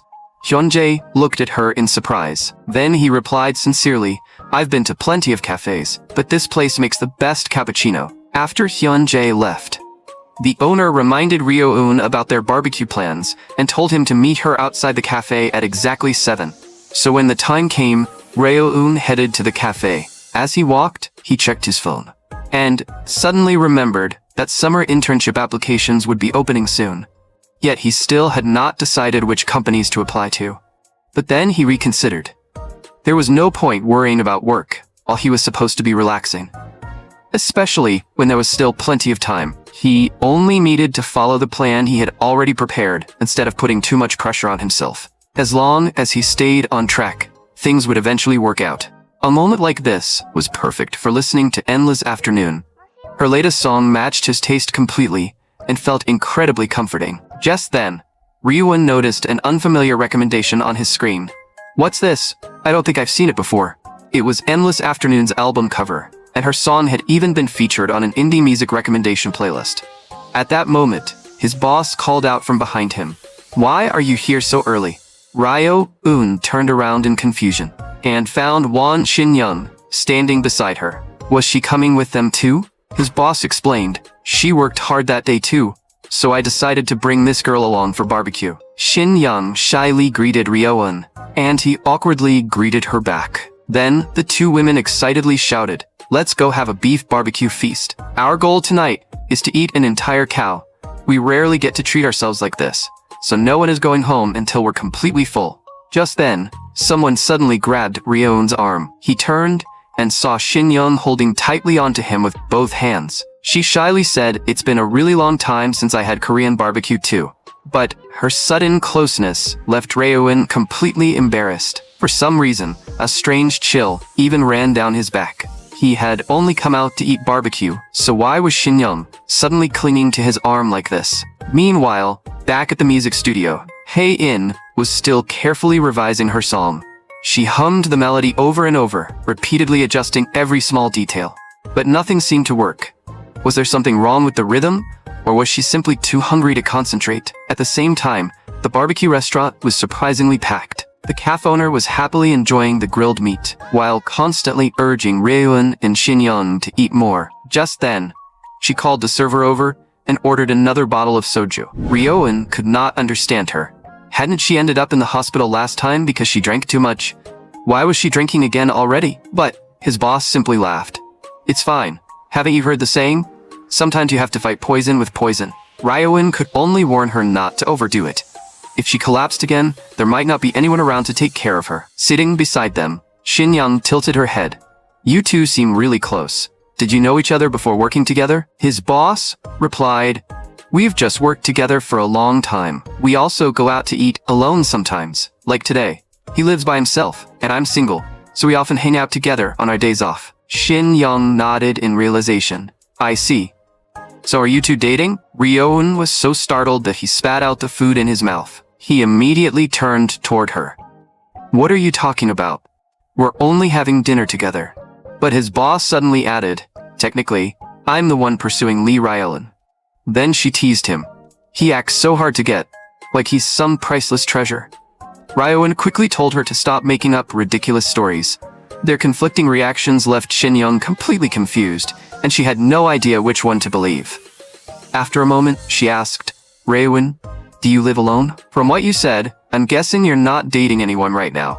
Ryo-un confidently confirmed that he did not have a girlfriend, but admitted that there was someone he liked. Shin-young immediately leaned closer. "Really? Who is she? Do I know her? Is it the morning shift girl?" But Ryo-un replied, "I say I like her, but I don't even know her phone number. If you asked me what kind of relationship we have, I'd say she's someone I want to keep talking to." Meanwhile, back at the music studio, Hae-in continued revising her song. Something still felt wrong. Was the track too plain? Or did she need to restructure the chorus? Just then, the door suddenly opened. It was her uncle, who had come to ask what she wanted for dinner. Hearing her repeatedly humming, he asked, "Are you practicing for a performance?" Hae-in replied, "I'm trying to figure out how to make this song flow more naturally." Her uncle looked surprised. "So even you sometimes struggle with songwriting? I thought inspiration always came naturally to you." Hae-in said, "I really want to make this song special, so I need to spend more time on it." Seeing the anxiety on her face, her uncle suggested, "Then why don't we go out for dinner and clear your head? I'll ask someone else to watch the studio. Let's go out and experience a little ordinary life. You might find inspiration when you least expect it." After finishing the barbecue, the three of them chatted as they walked home. The cafe owner was still enthusiastically sharing stories from her past, when she suddenly suggested going to a whiskey bar for another round. But Ryo-un had class the next morning, and since it was already late, he declined. Shin-young also claimed she had eaten too much and did not want to go. That did nothing to weaken the owner's desire to keep drinking. She told them to get home safely before heading to the bar alone. Watching her leave, Rae-woon worried that if she continued like this, she would eventually collapse again. Just then, Shin-young stepped closer and linked her arm through Rae-woon's again. "So where are we going now?" Her question left him completely speechless. Before he could answer, she said there was a draft beer pub nearby that she often visited and invited him to have another drink with her. Rae-woon asked in confusion, "Didn't you just say you were too full?" Shin-young admitted, "I only made that excuse because you weren't going with the boss. I actually wanted to talk with you a little longer." Rae-woon refused. "But it's already late, and we're both tired." Shin-young suddenly asked, "Are you rushing off to meet the woman you like? You shouldn't take those feelings too seriously. You'll only end up getting hurt. For all you know, she might already have a boyfriend." Ryeon could not understand why Shin-young was suddenly saying things like that. He quickly removed her arm from his and said, "Seriously, my feelings for her are genuine. When I fall for someone, I give them my whole heart. Even if I end up heartbroken and crying alone someday, I won't regret it." The moment he finished speaking, Shin-young linked arms with him again.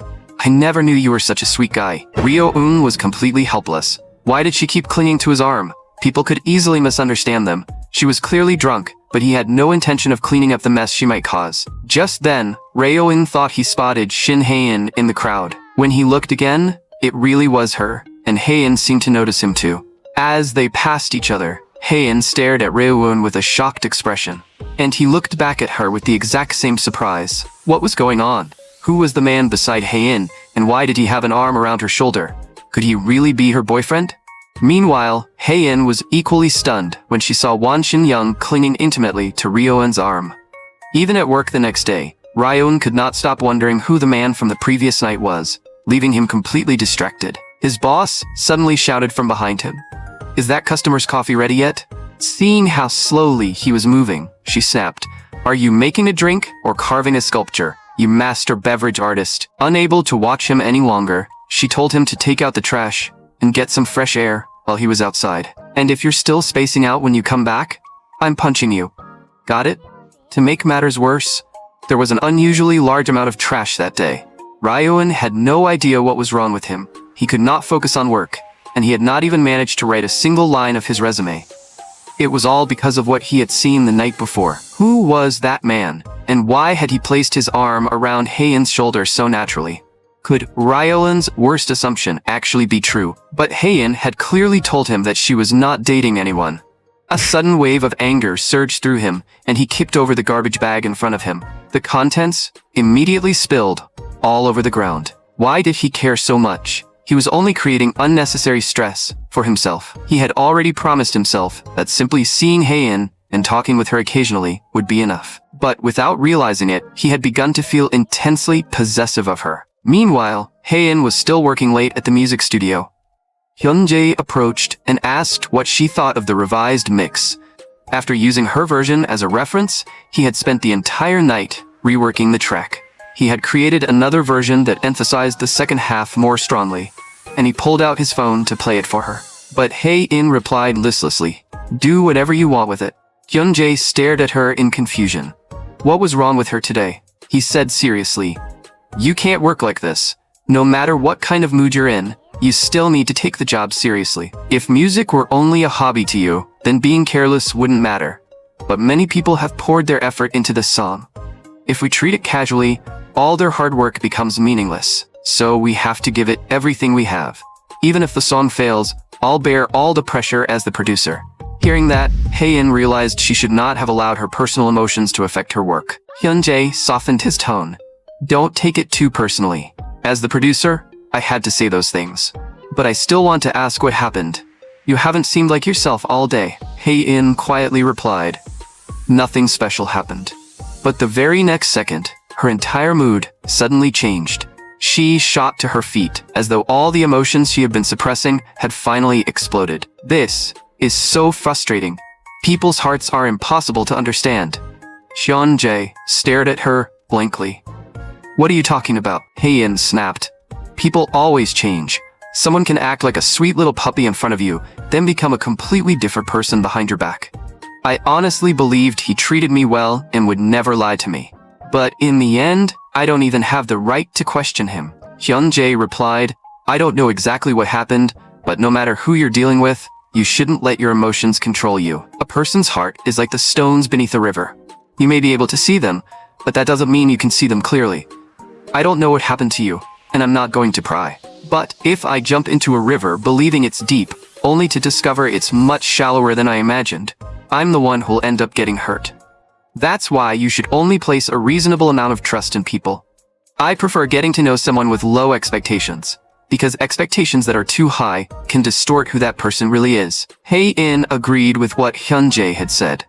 No matter how much she expected from someone, they would never behave exactly the way she wanted. But she was still furious, and countless unspoken words churned inside her like boiling water. Worse still, she could not stop thinking about Raeon's goofy face. The subway station was unusually quiet late that night.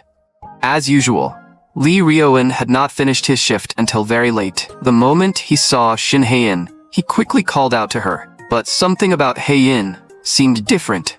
Instead of sitting on the bench like she usually did, she remained standing. Had she really gotten a boyfriend and decided she no longer wanted to talk to him? If that was true, Ryo-in had no intention of continuing to bother her. Still, he wanted to ask her directly and clear up the question weighing on his mind, so he walked over to her. "We need to talk." Hae-in stared at him in confusion, having no idea what was going on. Ryo-in asked directly, "Do you have a boyfriend?" Hae-in replied, "Didn't I already tell you? I don't. But I saw a man walking with his arm around your shoulders." "Who was he?" Hae-in thought for a moment. "That was probably my uncle." Ryo-in looked completely unconvinced. "Come on, what kind of uncle looks that young? Are you lying because you think I'll actually believe you?" To his surprise, Hae-in angrily shot back. "What about you? Don't you have a girlfriend? I saw her clinging to your arm." Ryo-in immediately remembered the night they went out for barbecue. She's just a younger coworker from the cafe. He never expected Hae-in to misunderstand and assume that he had been on a date with Won Shin-young.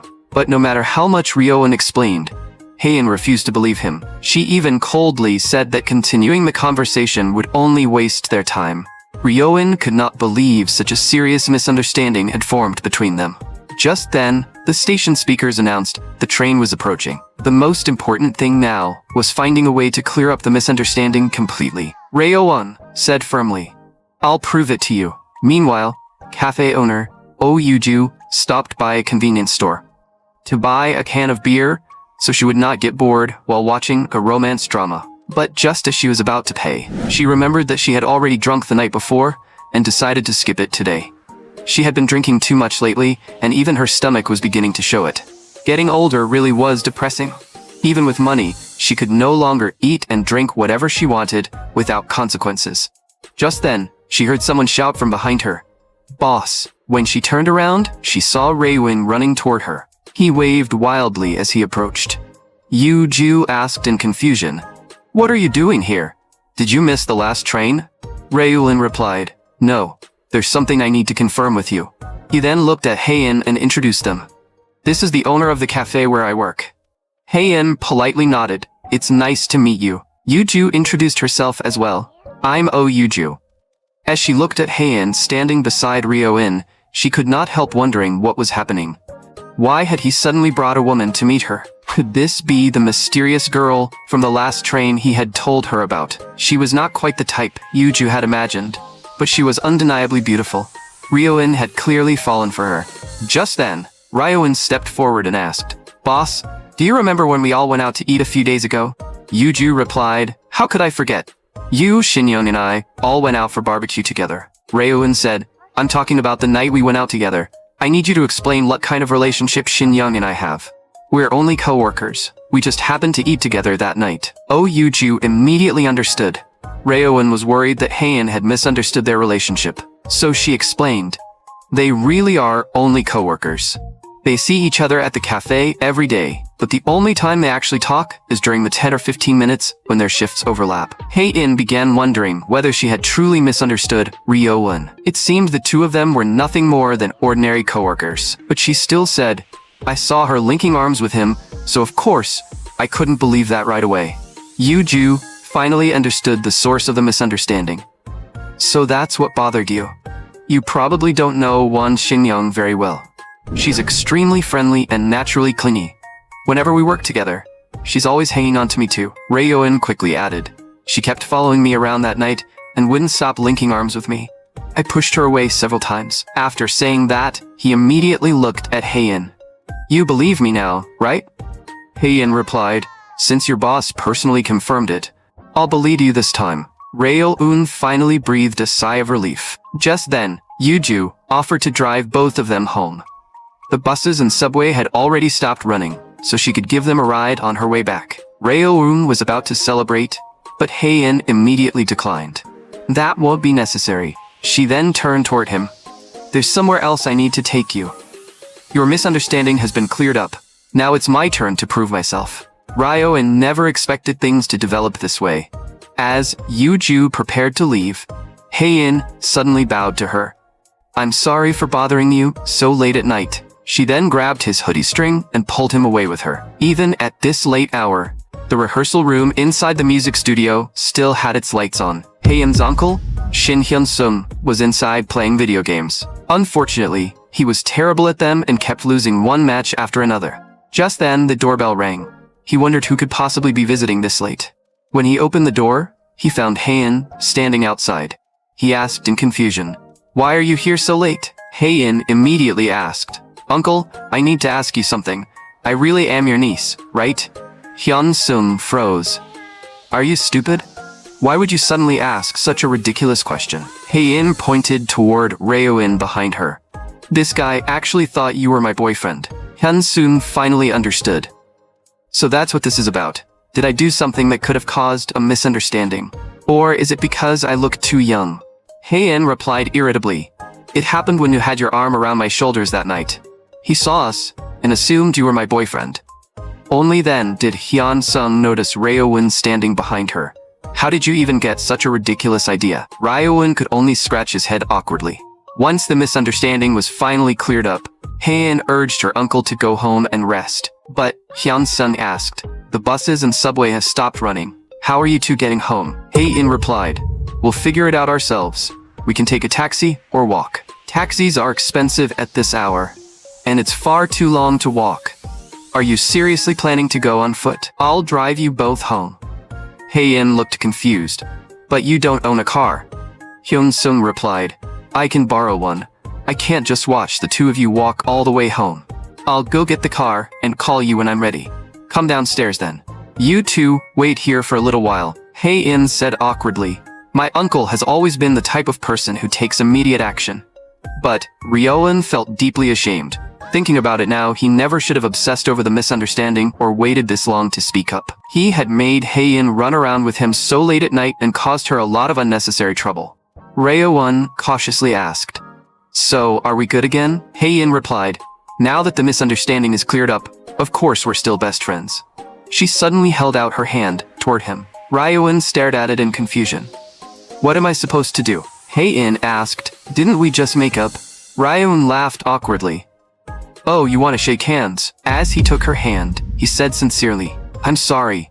I misunderstood you. I should have been the one to clear everything up first. Heian apologized as well, admitting that she should not have doubted him so easily.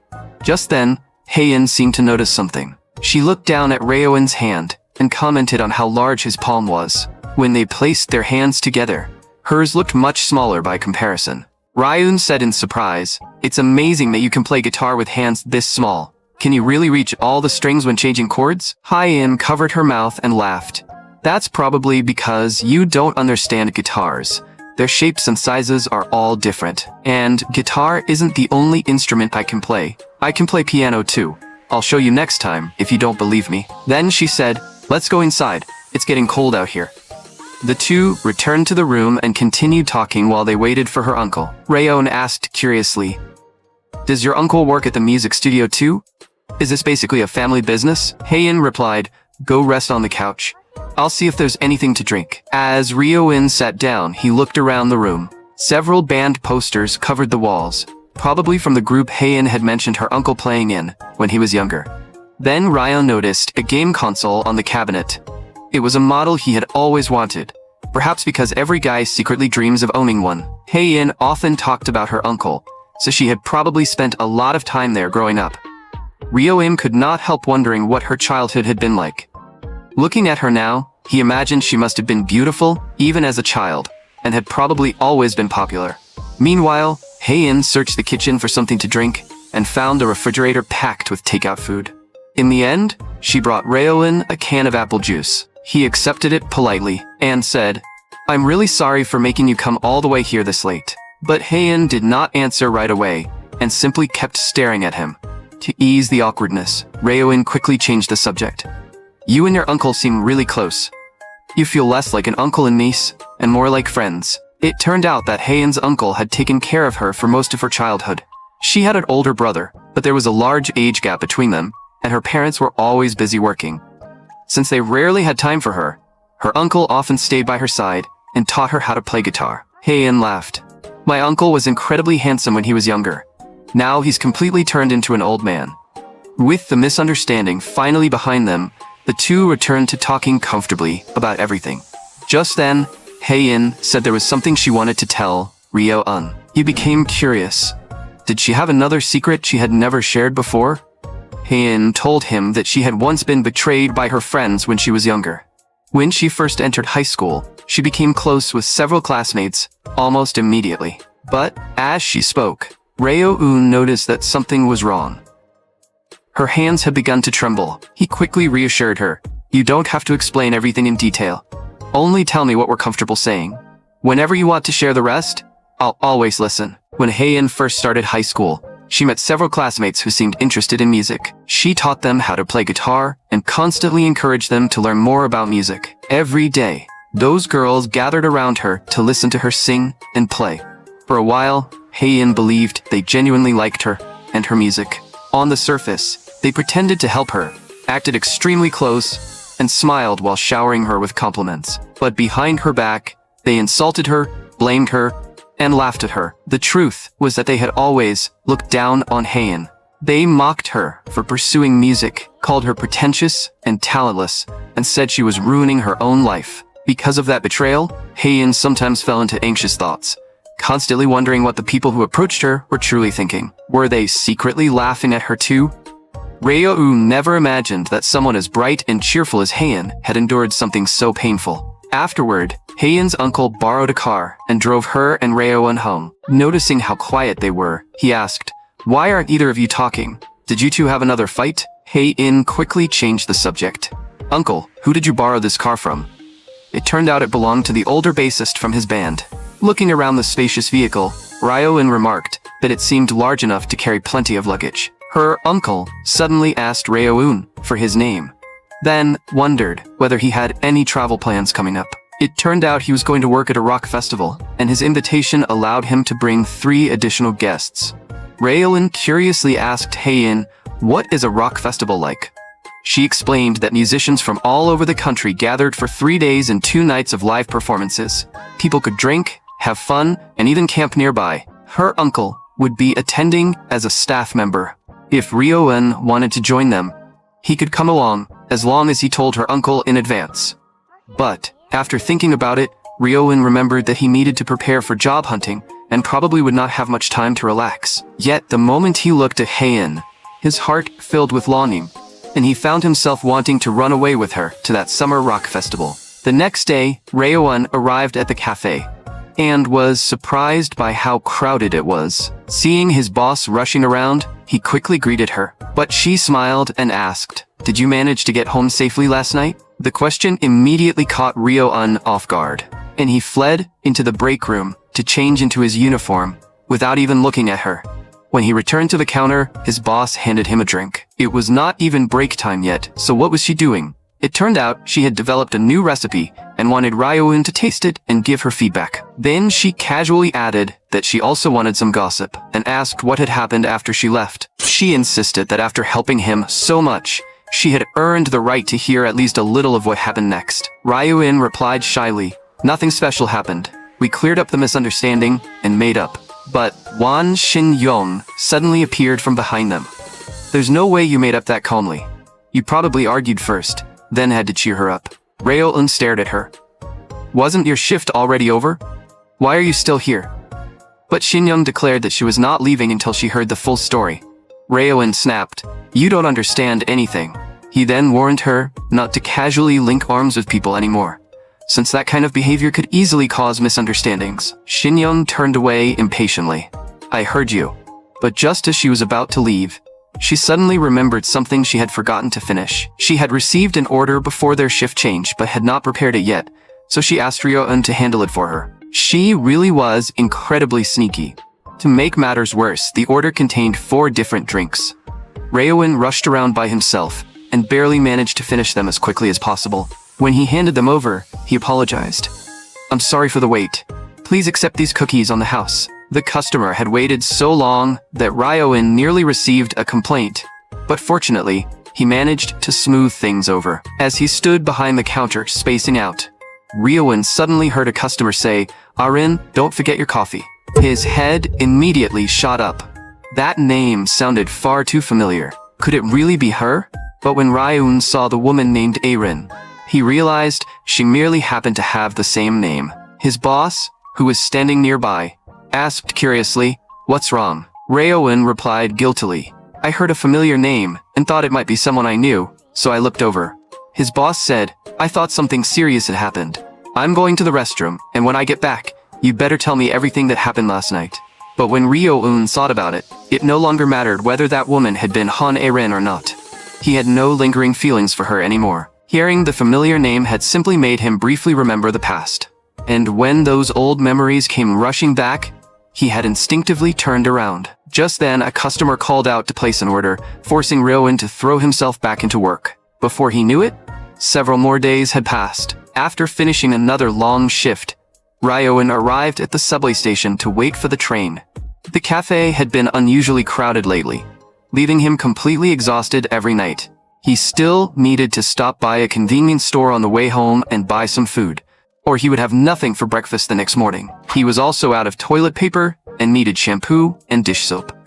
The more he thought about it, the longer his shopping list became. But for now, he decided to rest for a while and visit the store later. Was he exhausted because too many things had been happening lately, or because preparing for internships had kept him constantly tense? He felt drained all the time, as though his energy could no longer keep up. Just as he drifted off, Hae-in lightly tapped him from beside the bench.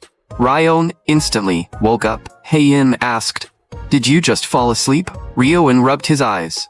"I only meant to rest my eyes for a moment, but I guess I actually dozed off.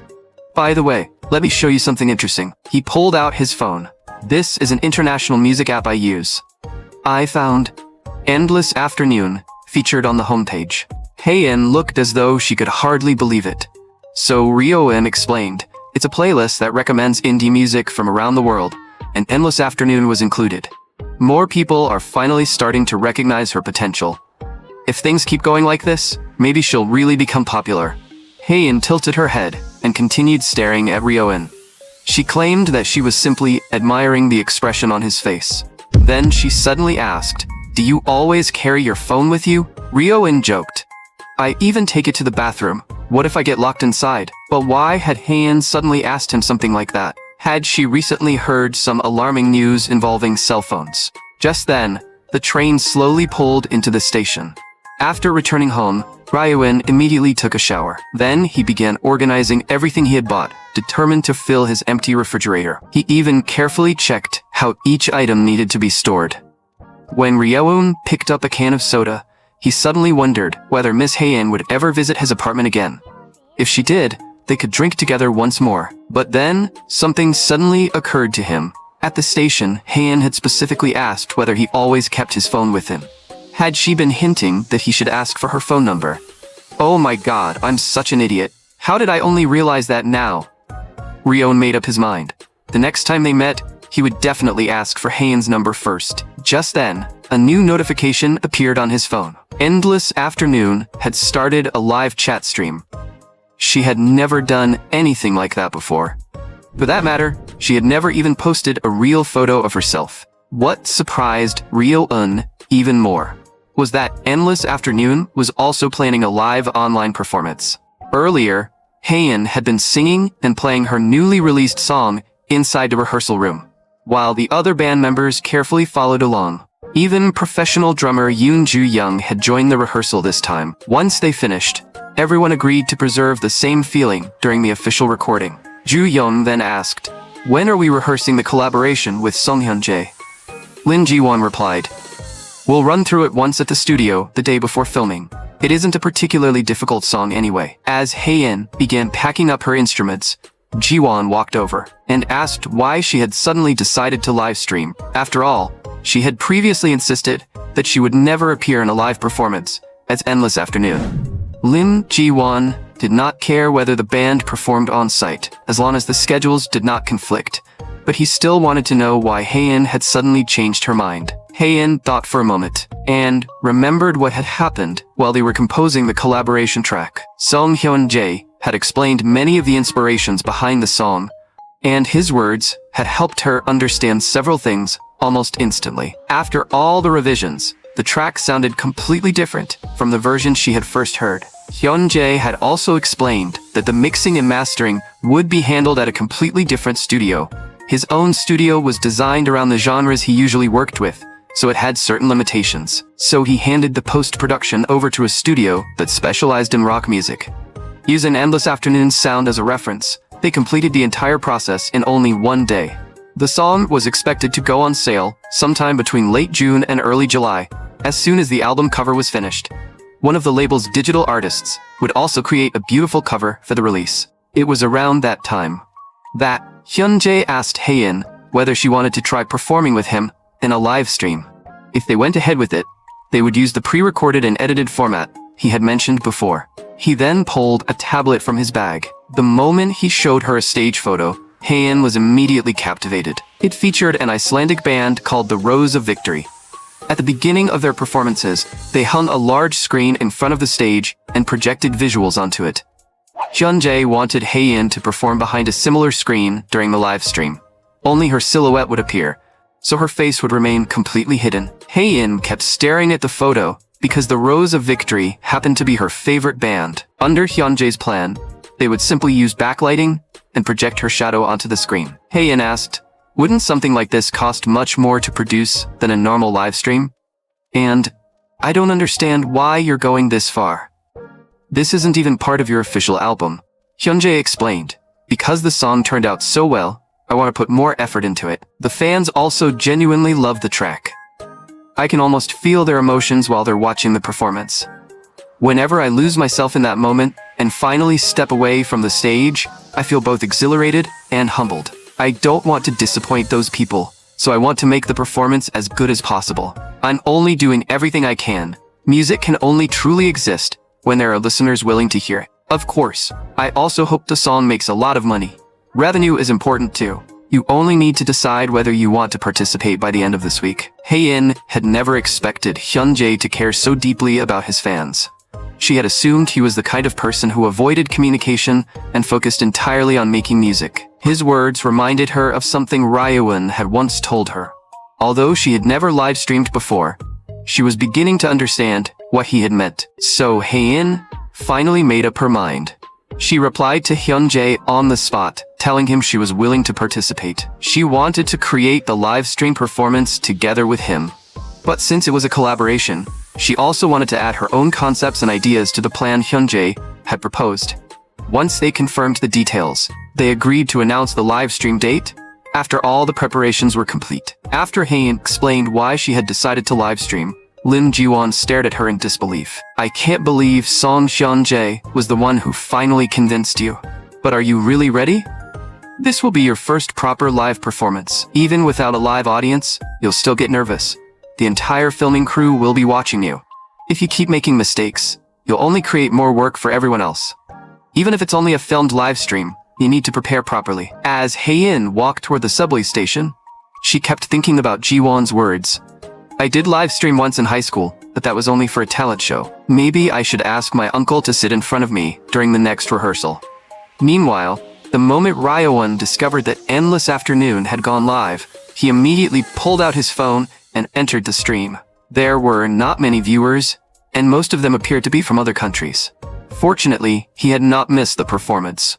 Although the screen initially showed nothing but the view outside, Hae-in was currently live streaming from her own home. Even though the room had soundproof wallpaper, it was already late at night, so every small noise seemed unusually loud. Hae-in wondered whether Ryeowon had entered the stream too. But since she did not know his username, there was no way to confirm it. Still, she felt certain that he was watching. After all, this was Endless Afternoon's first true live performance. Before long, her beautiful voice began echoing through the quiet room, breathing alone between the stars, unable to reach your path, while the seasons move only through inertia. Haein sang the song again and again, pouring all her emotions into every line. Meanwhile, Ryeoin was completely absorbed in the live stream. Even after the broadcast ended, he still wanted more and could not believe how quickly it had finished. I should have recorded the screen. The replay hasn't even been uploaded yet. The only thing he could not understand was why Endless Afternoon had suddenly chosen to live stream now. Was she hinting at something? Or had she simply been bored? But when he remembered that she had pulled off the entire performance without a band, using nothing but a ukulele, Ryeoin became so excited that he jumped to his feet. Endless Afternoon truly was an incredibly talented live vocalist. Just then, Ryeoin suddenly wondered whether Haein had watched the live stream too. He hoped she had not missed it, because then they would have another new topic to discuss when they met. It would be such a waste to experience this happiness entirely by himself. But after ending the broadcast, Haein immediately began criticizing herself. She thought her pitch and timing had sounded strange, and that she had completely messed up the instrumentals. Singing in front of strangers still made her so nervous that her entire body trembled. She wondered whether other musicians had gone through the same experience during their first live stream. All she could do was hope that the imperfect performance had still left the viewers with a beautiful memory. After finishing work the next evening, Ryeoin happily hummed a song as he headed toward the subway station. He was looking forward to seeing Miss Haein because if they met, they could finally talk about the live stream. And, no matter what happened, he was determined to get her number that night. That way, even when they were both at home, they could still talk about Endless Afternoon and other music they loved. But as Ryeoin walked forward, Haein suddenly tapped him from behind. He froze in shock. It turned out Haein had been quietly following him ever since he entered the station. Haein looked at Ryeoin and asked, "Didn't you sleep well last night? You look exhausted." But Ryeoin asked, "Miss Haein, didn't you watch Endless Afternoon's live stream?" Haein pretended to look confused. "Endless Afternoon went live? I went to bed early last night, so I must have missed it. That's such a shame. What did you think of the performance?" Ryeoin lowered his head and thought about it carefully. Then he said, "Honestly, a few things felt a little strange. The phone microphone probably wasn't very good, and her voice sounded slightly too quiet." Haein never expected Ryeoin to criticize the performance like that. But the next second he added, "Still, the live stream was genuinely amazing. It felt incredibly warm and intimate. And because she was singing late at night, she sounded so careful and restrained. It didn't feel like she was showing off her technique. It felt like she was singing only for me. Now I understand why people don't want to experience everything through music apps. Watching the stream felt like traveling all the way to see her perform live. I really hope she holds another live stream someday." Hearing that, Haein blushed and lowered her head. Ryeoin then began searching through his bag for his phone. "Miss Haein, let's exchange numbers. Then I can tell you whenever Endless Afternoon goes live again, and we can talk about other music too." Haein hesitated for a moment. Then she said, "I can give you my number, but there's something I need to tell you first. Phone calls and messages make me a little anxious." Ryeoin stared at her in disbelief. Is that what people call phone anxiety? It turned out that Haein felt uneasy because she could not see the other person's expression. She normally used her phone only for work or to speak with her parents, and text-only conversations made her even more uncomfortable than phone calls. Ryeoin cautiously asked, "What about something simple, like sending a goodnight message? You finish work so late every day that I worry about whether you got home safely. After all, we almost always meet late at night after work." Haein rested her chin on her hand and thought about it carefully. Then she finally held out her phone and exchanged numbers with Ryeoin. After returning home, Haein remembered that once the live recording for the collaboration track was finished the following week, she would be able to focus on Endless Afternoon again. She had also accumulated plenty of drafts for new songs. After cleaning up, Haein picked up her phone and wondered whether she should message Ryeoin first. But just then, a notification suddenly appeared. Ryeoin had sent, "Did you get home safely?" Then, Haein noticed that he had included a selfie too. He had apparently worried that a text-only message might make her uncomfortable, so he sent a picture of himself along with it. Hae-in could not help smiling. He really is an interesting guy. But he's absolutely terrible at taking selfies. Meanwhile, Ryo-in kept holding his phone, anxiously waiting for Hae-in to reply. But to his complete surprise, Hae-in sent him a selfie of her own. As Ryo-in looked at the photo, he could not help thinking about how beautiful she was. He continued, staring at the image on his screen, while his heart beat faster and a blush slowly spread across his face. Finally, Ryo-in excitedly sent her a goodnight message, bringing their conversation to an end. After receiving Ryo-in's selfie, Hae-in couldn't resist taking her phone out to look at it every now and then, even while walking. But no matter how many times she saw it, his selfie skills were still unbelievably bad. With photography like that, he could make anything look terrible. The next time they met, she would have to teach him how to take a proper selfie and make him send her another one once he learned. Just then, someone suddenly called out from behind her, "Hey!" Hae-in froze in shock. For some reason, this studio member managed to startle her every time they met. He told her to head straight to the rehearsal room because all the equipment had already been installed. Then he glanced back at her. "Why did you bring so many bags? Did you even bring clothes for the shoot?" Hae-in replied, "It's still an official shoot. I should at least look the part." Inside the rehearsal room, everyone was busily setting up the filming location. Song Hyun-jae had already arrived and was waiting for her. Hae-in walked over and greeted him. Hyun-jae told her to tune her instruments and remain ready because they would be conducting a sound check shortly. He then introduced the young woman beside him. "This is Yoonina, the director in charge of today's stage design and filming." Hae-in immediately bowed 90 degrees. "I look forward to working with you today." Hyun-jae smiled. "Make sure you impress Yina. She's a genuine genius when it comes to media art." Before filming began, Yina confirmed one final detail with Hae-in. "You definitely don't want your face shown in the video, correct?" Hae-in replied, "Correct. That has always been part of Endless Afternoon's style, so please make sure my face stays hidden." Yina immediately placed that requirement at the top of her filming checklist. Then she carefully looked Hae-in over. "What a shame. I know I shouldn't judge an artist by appearance, but your face would look incredible on camera. The video would turn out beautifully. Still, the silhouette stage, combined with my projected visuals, should look amazing. But if we could show your face during the live performance, the footage would be even more striking." Hae-in then stepped forward and asked Yina a question. She raised the orange bag in her hand. "I prepared a few things, but I'm not sure whether we can use them today." She opened the bag and asked Yina to check whether any of the items reflected too much light and might interfere with the filming. Just then, Hae-in put on a hat she had personally modified. She had made it specifically for the song ecosystem, hoping to create the feeling that nature itself was singing. The craftsmanship looked rather ordinary, but the concept was genuinely creative. Yina told her to bring it over so they could test it. The prop was not particularly well made, but since only its silhouette would appear on camera, it probably would not matter much. "Stand behind that screen. I'll turn on the lights and see how it looks." Hyun-jae walked over as well, curious whether the prop would actually work. Yina told him, "The quality is about the same as a child's party hat, but let's test it before deciding. You should watch too. It might be better if you give your opinion afterward." Behind the screen, Hae-in confidently lifted her guitar into her arms. The next second, her beautiful voice echoed throughout the rehearsal room. Everyone present was instantly captivated. From that angle, it almost felt as though they had been transported to a quiet forest. Hae-in completely lost herself in the performance. The moment the song ended, a powerful beam of light shone from behind her, creating a breathtaking image. Even Yina froze when she saw it. It was only a silhouette, yet the result looked surprisingly impressive.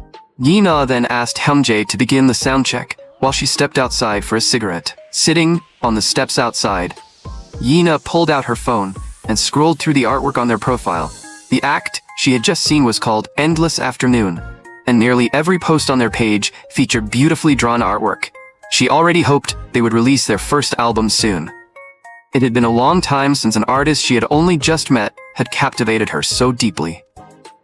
It reminded her of the first time she discovered New Age cinema in middle school. Even if there was little money and the work was exhausting, this was exactly how art was supposed to feel. It should pull people into another world and make their hearts race at the discovery of a gifted new artist. Meanwhile, the cafe was not particularly busy. So, Ryo-in carried a dessert into the break room and ate while looking at the selfie Hae-in had sent him. Honestly, she was incredibly beautiful. She was also remarkably photogenic, perhaps because her face was naturally so small. Ryo-in had always known that Hae-in was an extremely attractive woman, but he still wanted many more photos of her like this.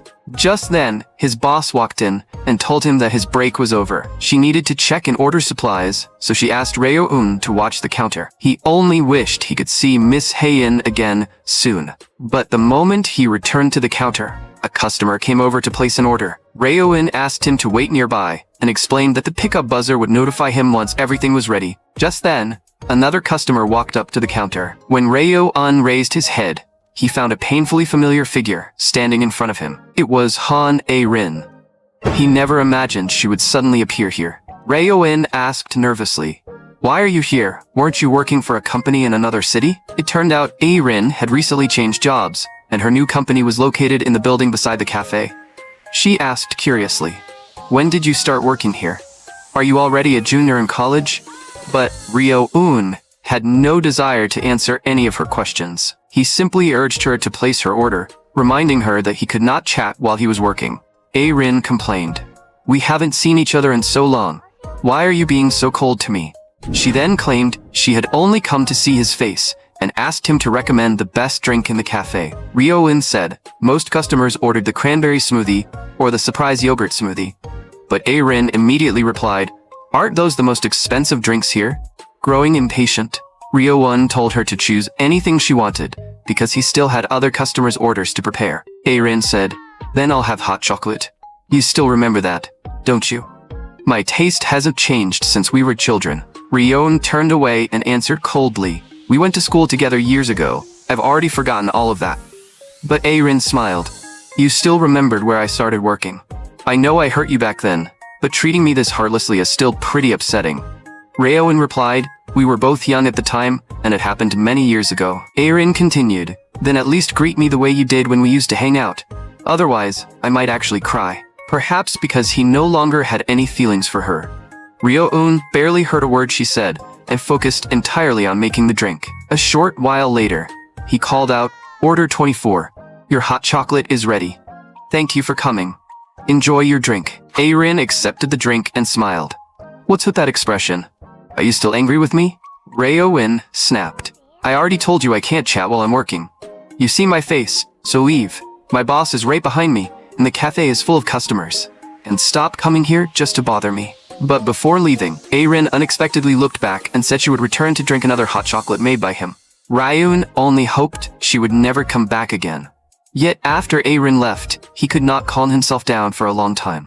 He had honestly believed that he would never see her again, ever since what happened between them. Ever since A-rin abandoned him, Ryo-in had never been able to let go of the pain completely. The memories he wanted to avoid were always the ones that returned most often. He almost wished 200 delivery orders would suddenly arrive and keep him so busy that he would have no time to think about any of it. Unfortunately, fate seemed determined to play a trick on him. From that day onward, orders began flooding into the cafe like crazy, leaving everyone so busy that they barely had time to stop. It was probably because festival season had begun, bringing in an unusually large number of group orders. Ryo-un was completely exhausted that night. He planned to wash up quickly after getting home and wake up early to finish his assignments the next morning. Just then, Hae-in suddenly raised her phone and took a picture of Ryo-un. He looked at her curiously and asked, "What are you doing? Why did you suddenly take a picture of me?" Hae-in smiled. "You just had a really great vibe, so I snapped a quick picture." She then held the phone in front of him and showed him the picture she had taken. Right after that, Hae-in asked Ryo-un to hand over his own phone. He looked confused. "Why do you need my phone?" Hae-in replied, "Don't worry. No matter what kind of pictures you have in your gallery, I'll pretend I never saw them." Ryo-un immediately protested, "I don't keep anything weird in my photo gallery." Then he handed her the phone. To his surprise, she only wanted to change his camera settings. Once she finished, she raised the phone and told him to look in her direction. She enabled the gesture shutter and switched to the rear camera. That was how the two of them took their very first photo together. Ryo-un stared at it in amazement.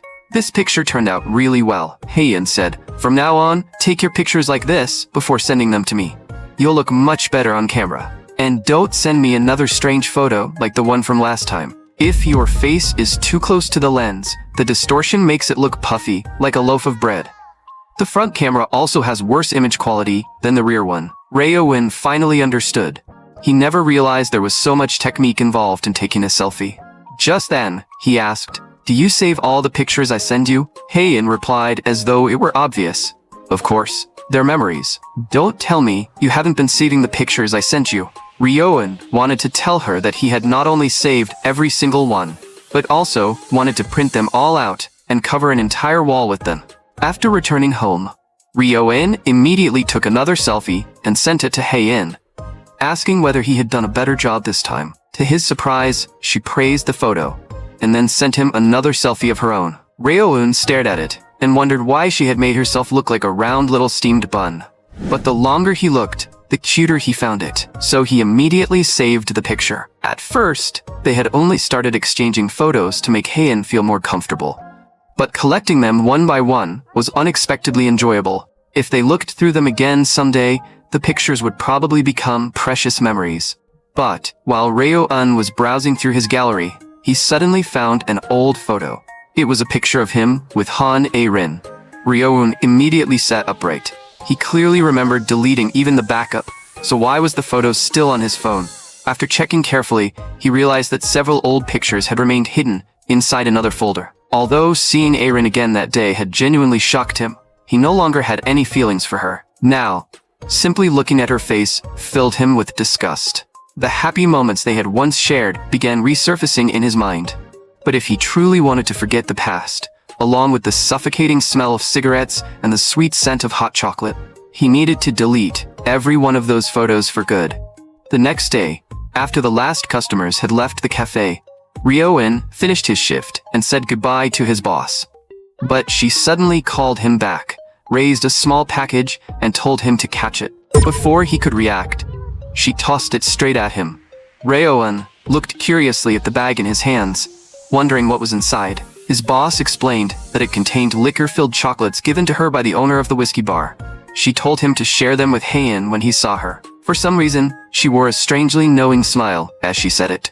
When Ryo-eun arrived at the subway station, he looked at the chocolates and remembered that the last time he had eaten one was during childhood, when he snuck some from his father's room. As he raised his head, he saw Hae-in already waiting on the bench and quickly called out to her. Hearing his voice, she immediately removed her earphones. It turned out she had been listening to a playlist she created herself. Ryo-eun quickly took out a chocolate and handed it to her, explaining that it was filled with liquor. Hae-in asked curiously, "There's actually alcohol inside it?" Ryo-eun stared at her in surprise. "Have you seriously never tried one before?" It turned out Hae-in had little interest in chocolate or sweet foods.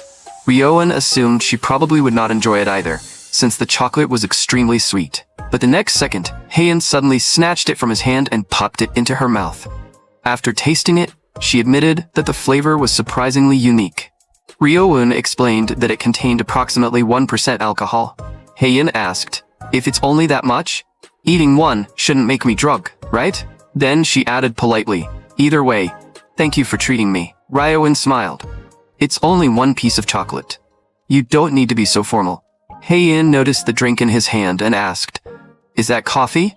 Won't drinking it this late keep you awake?" Ryo-eun laughed awkwardly. "I have an assignment that needs to be finished, and it's due the day after tomorrow. I'm planning to complete everything tonight." Pulling all-nighters to finish assignments was nothing unusual for him. Late that night, Ryo-eun was still sitting in front of his computer, wondering when he would finally finish. The screen was packed with dense lines of text, and he was so exhausted that he could barely keep his eyes open. When he checked his phone, he realized it was almost 5 in the morning. No wonder his eyelids felt so heavy. He decided to rest for a moment and regain some energy, since only the final touches remained. But just then, something on his phone immediately caught his attention. Endless Afternoon had updated her page with a playlist of recommended songs for the day. Could this mean she was going to start live streaming again? The playlist was also filled with hidden musical gems. Ryo-eun selected one of his favorite tracks, and continued finishing his assignment while listening to the music. But before he knew it, He had fallen asleep and had a very strange dream. In the dream, Hae-in offered to take him to Liverpool or Manchester, the birthplace of Oasis. She promised that an entirely new world would be waiting for them there. That evening, Ryo-eun was busy working at the cafe when Han A-rin unexpectedly walked in and greeted him. He froze on the spot. He had clearly told her not to come back, so why was she here again? His boss warmly welcomed her, and A-rin ordered a hot chocolate and a slice of coconut cake. She even made a point of saying that she planned to eat everything inside the cafe before leaving. The owner told Ryo-eun to prepare the hot chocolate while she handled the coconut cake. Ryo-eun looked visibly reluctant. Why had A-rin come back again? Her presence was already getting on his nerves. Could she really be visiting this cafe because of him? He decided not to overthink it. If he started analyzing every possibility, he would never reach an end. A short while later, Ryo-eun called out, "Order 11, your food and drink are ready." A-rin walked up to the counter, but continued staring directly at him. Then she suddenly asked, "What time does the cafe close?" Ryo-eun told her that the final drink orders were taken at 11, while the cafe itself closed at 11:30. After hearing that, A-rin picked up her order and returned to her seat. Ryo-eun stared after her in confusion. He had no idea what she was planning. Had she really come all this way just to ask about the cafe's hours? Or had she genuinely only wanted another cup of hot chocolate? Before long, the following evening arrived. A-rin showed up again, arriving right on the dot. The moment Ryo-eun saw her, he was completely dumbfounded. That day, she ordered a hot chocolate and an egg tart.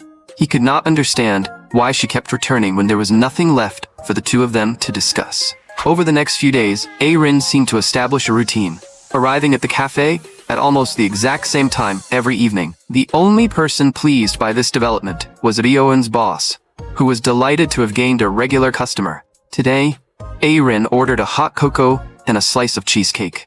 To everyone's surprise, she also asked whether the cafe had a stamp card. The owner replied, "Of course. Collect 10 stamps and you'll receive a free Americano." His boss found the request surprisingly novel. She could not remember the last time a customer had asked about a physical stamp card, since most people now collected points through mobile apps. Had everyone completely lost interest in them? Ryo-eun explained, "It's only a personal preference. She likes collecting souvenirs wherever she goes. Compared to digital numbers, something you can physically keep feels more meaningful. I sometimes do the same thing. I even save my movie ticket stubs." His boss looked surprised. "You know her?" Ryo-eun replied, "She was a senior at the same university, but she graduated while I was taking time off from school." His boss nodded in realization. "I see. You two must have been pretty close." Ryo-eun quickly explained, "We were never that close. And there isn't anything special for us to talk about." But in his boss's eyes, Ryo-eun was an absolutely terrible liar. He claimed they barely knew each other, yet he still remembered exactly what A-rin used to like. Still, she decided it would be better not to dig any deeper into their past. Everyone had their own circumstances, and whatever had happened between them was already part of their history. Besides, situations like this were often far more entertaining to an outsider than any ordinary story. It felt like watching a youth romance drama unfold in real time. After the last customers left, Ryo-eun finished cleaning the cafe and picked up his bag to go home, saying goodbye to his boss on the way out. She replied, "Good work today. Be careful on your way home." At that hour, the streets were nearly empty, with only a few pedestrians in sight. Ryo-eun had already submitted his summer internship application. Now he only needed to prepare for his official job search while waiting for final exams. His life had been overwhelmingly busy lately. He barely attended that many classes, yet the amount of homework was ridiculous. What frustrated him even more was why Han A-rin kept showing up at the cafe. He was already busy enough to lose his mind, and her presence only made him more unsettled. But as an employee, he could not simply throw a paying customer out. Before he realized it, Ryo-eun had arrived at the subway station. He saw Miss Hae-in sitting on the bench with her head lowered. He softly called her name, but she did not respond at all. Had she fallen asleep? Ryo-eun quietly sat beside her. It was his first time seeing Hae-in doze off, and judging by her expression, she must have been exhausted. Just then, Hae-in opened her eyes and noticed him sitting beside her. It turned out she had forgotten about a recording session that morning and stayed up working the night before, leaving her barely able to keep her eyes open. Rae-eun told her to rest against his shoulder and promised to wake her when the train arrived. Hae-in accepted and even asked him to support her shoulder so she wouldn't slide down in her sleep. As she leaned closer, Rae-eun caught a faint, fresh scent from her hair. No matter how busy his days became, he always treasured these brief moments he spent with Hae-in. After leaving the subway station, Rae-eun stretched and prepared to hurry home, wash up, and rest. But he could not forget to send Miss Hae-in his photo for the day. He thought it might be fun to try something different and take one outside. So he raised his phone for a selfie. Just then, his phone suddenly began ringing. Who could possibly be calling this late? The screen also showed an unknown number. Rae-eun answered the call in confusion, only for the person on the other end to say, "I knew you hadn't changed your number." Rae-eun froze and asked curiously, "Who is this?" To his surprise, the caller was Han A-rin. But why was she calling him so late at night? Han A-rin told Rae-eun that she had changed her number a long time ago. She also pointed out that they had not spoken in years. Rae-eun asked impatiently, "So why did you suddenly call me?" A-rin said she had been about to go to sleep, but suddenly felt like talking to him, so she called. Then she even asked whether he had missed her. Rae-eun immediately replied, "If there's nothing important, I'm hanging up." The moment she heard that, A-rin became flustered. "Whenever I visit the cafe, you're working. I know you can't chat, so I try not to bother you. But completely ignoring me like this is going too far." Rae-eun asked, "If you know I can't talk while working, then why do you keep coming to the cafe? Do you need something from me?" A-rin replied, "The cafe is simply close to my office, so I stop by often. Besides, I don't have anything else to do after work at night." Rae-eun wondered whether she had really become that bored with her life. He continued, "But do you realize how distracting it is to have someone I know sitting there while I'm working? It feels like I'm constantly being watched." But A-rin suddenly asked, "Do you have someone you like now?" You went completely silent, so I guess I was right. Your reactions have always been so honest, both then and now. It's actually hilarious. Anyway, don't worry. I'm not the same person I used to be, and I'm not expecting anything from you. Then she asked, "Do you remember that 24-hour cafe we used to visit? Sometimes we stayed there all night, crammed to finish assignments at the last minute, and waited together for the first train. Even when I said I didn't want to go home, you always stayed beside me. Did you really forget all of that?" "I remember everything. The jazz they played in that cafe was especially good. Those were some of the happiest days of my life. Do you remember sneaking out halfway through class so we could watch a newly released movie?" Only Rae-eun knew that he remembered every single memory A-rin mentioned, but those memories no longer stirred anything special inside him. They were simply part of a past that had already disappeared. No matter what A-rin said, nothing between them was going to change. She eventually promised that she would never call him in the middle of the night like this again. However, she still planned to visit the cafe because she genuinely liked its hot chocolate. Rae-eun did not particularly care. After all, he was only a part-time employee, and if he passed the summer internship selection, he would soon be leaving the cafe anyway. Just as Rae-eun was about to end the call, A-rin suddenly told him to wait. She revealed that she had recently moved out of her family home, and that her new apartment was located extremely close to her office. After ending the call, Rae-eun felt completely baffled. A-rin had called him in the middle of the night just to bring up memories from years ago. Did she still think he was the same fool who used to follow her around? Honestly, he wanted to block her number immediately. But knowing A-rin's personality, there was no telling what she might do if he blocked her and refused to answer. It would be safer to keep his distance from her. Just then, a new message appeared on his phone. It was from Hae-in, asking why he wasn't home yet. She had also sent a selfie while wearing a sheet mask decorated with little cats. Rae-eun found it unbelievably cute. He had never seen a sheet mask like that before. Hae-in always seemed mature and composed in public, but in that picture, she looked just like an innocent child. Rae-eun quickly prepared to take a photo and send one back. That way, whenever these memories returned in the future, he could take the pictures out and look at them again. Several more days passed. One evening, Hae-in sat alone on a bench at the subway station, reading a book. When Rae-eun walked over, he realized she was reading a poetry collection, hoping to find inspiration for songwriting. Hae-in explained that she only read occasionally when she had free time, because she was naturally a slow reader. Whenever she discovered a poem she liked, she would copy it down by hand. Rayuin asked whether he could take a look. He noticed that Haein had marked all her favorite lines, making it obvious how much she truly loved poetry. Haein then explained that she normally read ebooks, but whenever she found something she especially loved, she bought a physical copy because holding it in her hands felt more comforting. Rayuin joked, "Then you must have over 100 poetry books at home." But Haein laughed and said she only owned 4 or 5.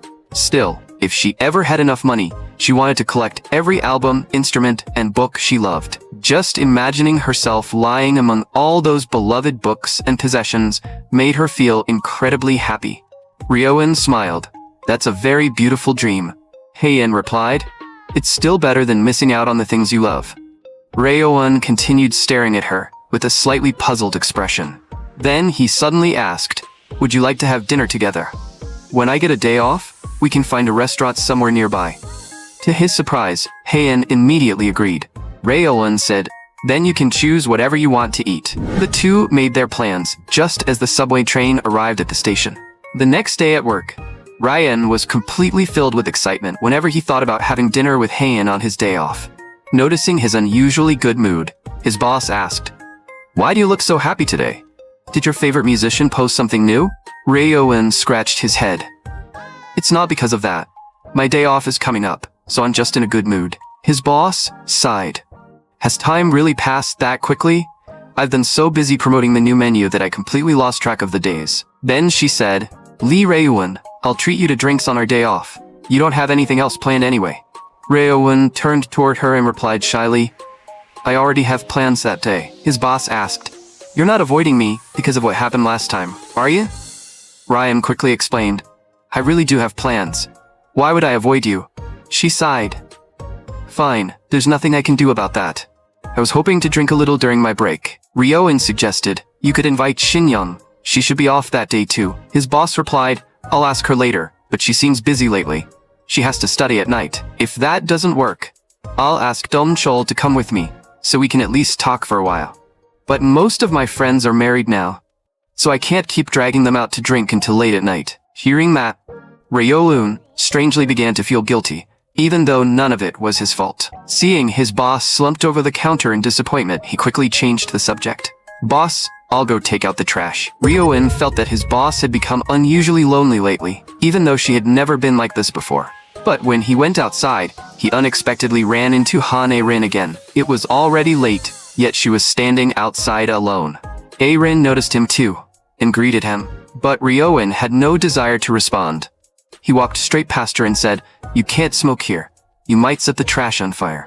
A-rin immediately put out her cigarette and quietly apologized. After throwing away the garbage, Ryoin kept his head down and started walking back toward the cafe. But A-rin suddenly rushed in front of him and blocked his path. Ryoin asked impatiently, "What are you doing? Move. Can't you see I'm working?" A-rin replied, "If you hate me that much, then push me aside and walk past me." Ryoin answered coldly, "You're seriously being ridiculous." Just then, he suddenly felt a sharp pain as she pulled his hair from behind. Ryoun immediately turned around and snapped, "What are you doing? Are you insane?" A-rin asked seriously, "Do you really hate me that much? I know I wronged you and hurt you in the past, but do you hate me so much that you can't even greet me normally? What do I have to do for you to forgive me? I honestly want us to be friends again. I'll do anything if you forgive me. You can even slap me." With that, A-rin leaned forward and offered him her cheek. Ryo-un could not understand why she was behaving this way. They had not spoken in years, yet now she was suddenly refusing to leave him alone. A-rin even smiled at him as though nothing was wrong. Ryo-un reminded himself that he could not let her drag him back into their old dynamic, so he immediately turned away. A-rin quietly said, "I didn't consider your feelings. As long as you're willing to greet me normally, I won't make jokes like this again." Ryo-un turned back and snapped, "Didn't I already tell you? I'm still working." A-rin replied, "Fine, but you better acknowledge me next time." After returning to the cafe, Ryo-un could not focus on his work. He simply could not understand why A-rin was suddenly acting this way. Still, some things were not so easy to forget completely. After all, she had once been the person who was always by his side. But why was he thinking about those memories again? It was incredibly frustrating. Right now, Ryo-eun only wanted to see Hae-in as soon as possible, talk about music with her, and joke around together. When he was with her, he could forget everything else and simply enjoy the moment. Just then, his boss shouted for him to come out front because the cafe had become too busy for her to handle alone. Meanwhile, the completed performance video featuring Song Hyun-jae and Hae-in was playing inside the rehearsal room, with director Yoon Yi-na watching beside them. Yi-na asked, "What do you think of the video? Once I add the production credits, it'll be finished. If there's anything you want changed, I can fix it now." Hyun-jae thought the result already looked excellent and had no problem approving it as the final version. Yi-na said, "Then I'll add some blur around the faces, especially during endless afternoon scenes." Hae-in replied shyly, "The video looks incredibly cool." Yi-na nodded. "Then we'll finish it like this. I'll create the credits using the information you sent me." Just then, Yi-na said there was something else she wanted to discuss with Hae-in. She stood up and slid her phone across the table to Hae-in. "I run an independent artist collective, and this portfolio contains a list of our current members. We aren't a large group, but we bring together creators from many different fields, including 3D artists, independent filmmakers, and animators. Endless Afternoon recently came up in one of our discussions, and we developed several ideas that you might want to hear. We're considering creating a music video for one of Endless Afternoon's songs." Hae-in asked in surprise, "Wouldn't something like that be expensive?" To her surprise, Yi-na said they would produce it completely free of charge. The visuals might be somewhat experimental and avant-garde, since we would create them based entirely on the music. You can think of it as a collaboration between independent artists. Once the video is released, we'll also help promote it. Yi-na suddenly became excited. "Honestly, I'm actually a fan of yours. Endless Afternoon's music is incredible. For now, take a look through the material. But please keep the free production offer confidential. If word gets out, we'll be swarmed by people looking for free work." Yi-na then announced, "That concludes today's meeting. Great work today, everyone." As Hae-in stood up to leave, Hyun-jae suddenly asked whether she was free that evening. He invited her to dinner, saying there was something he wanted to discuss with her privately. But Hae-in quickly waved her hands and declined. She explained that she already had plans with someone else.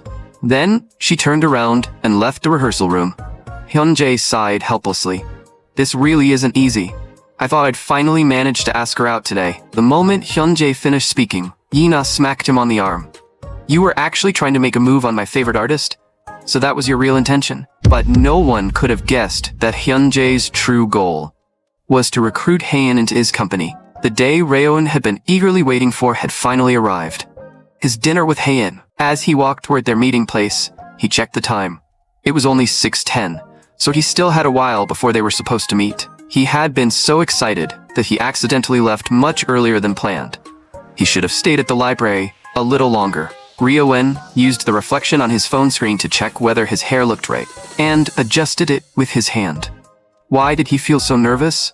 He saw Hae-in all the time, and had even drunk with her before. So he assumed meeting her would feel completely natural. But now that they had officially made plans to see each other, everything felt different. Just as Ryo-eun raised his phone to check his appearance again, Hae-in suddenly asked from behind him, "What are you doing?" He froze in surprise. "Why are you here so early?"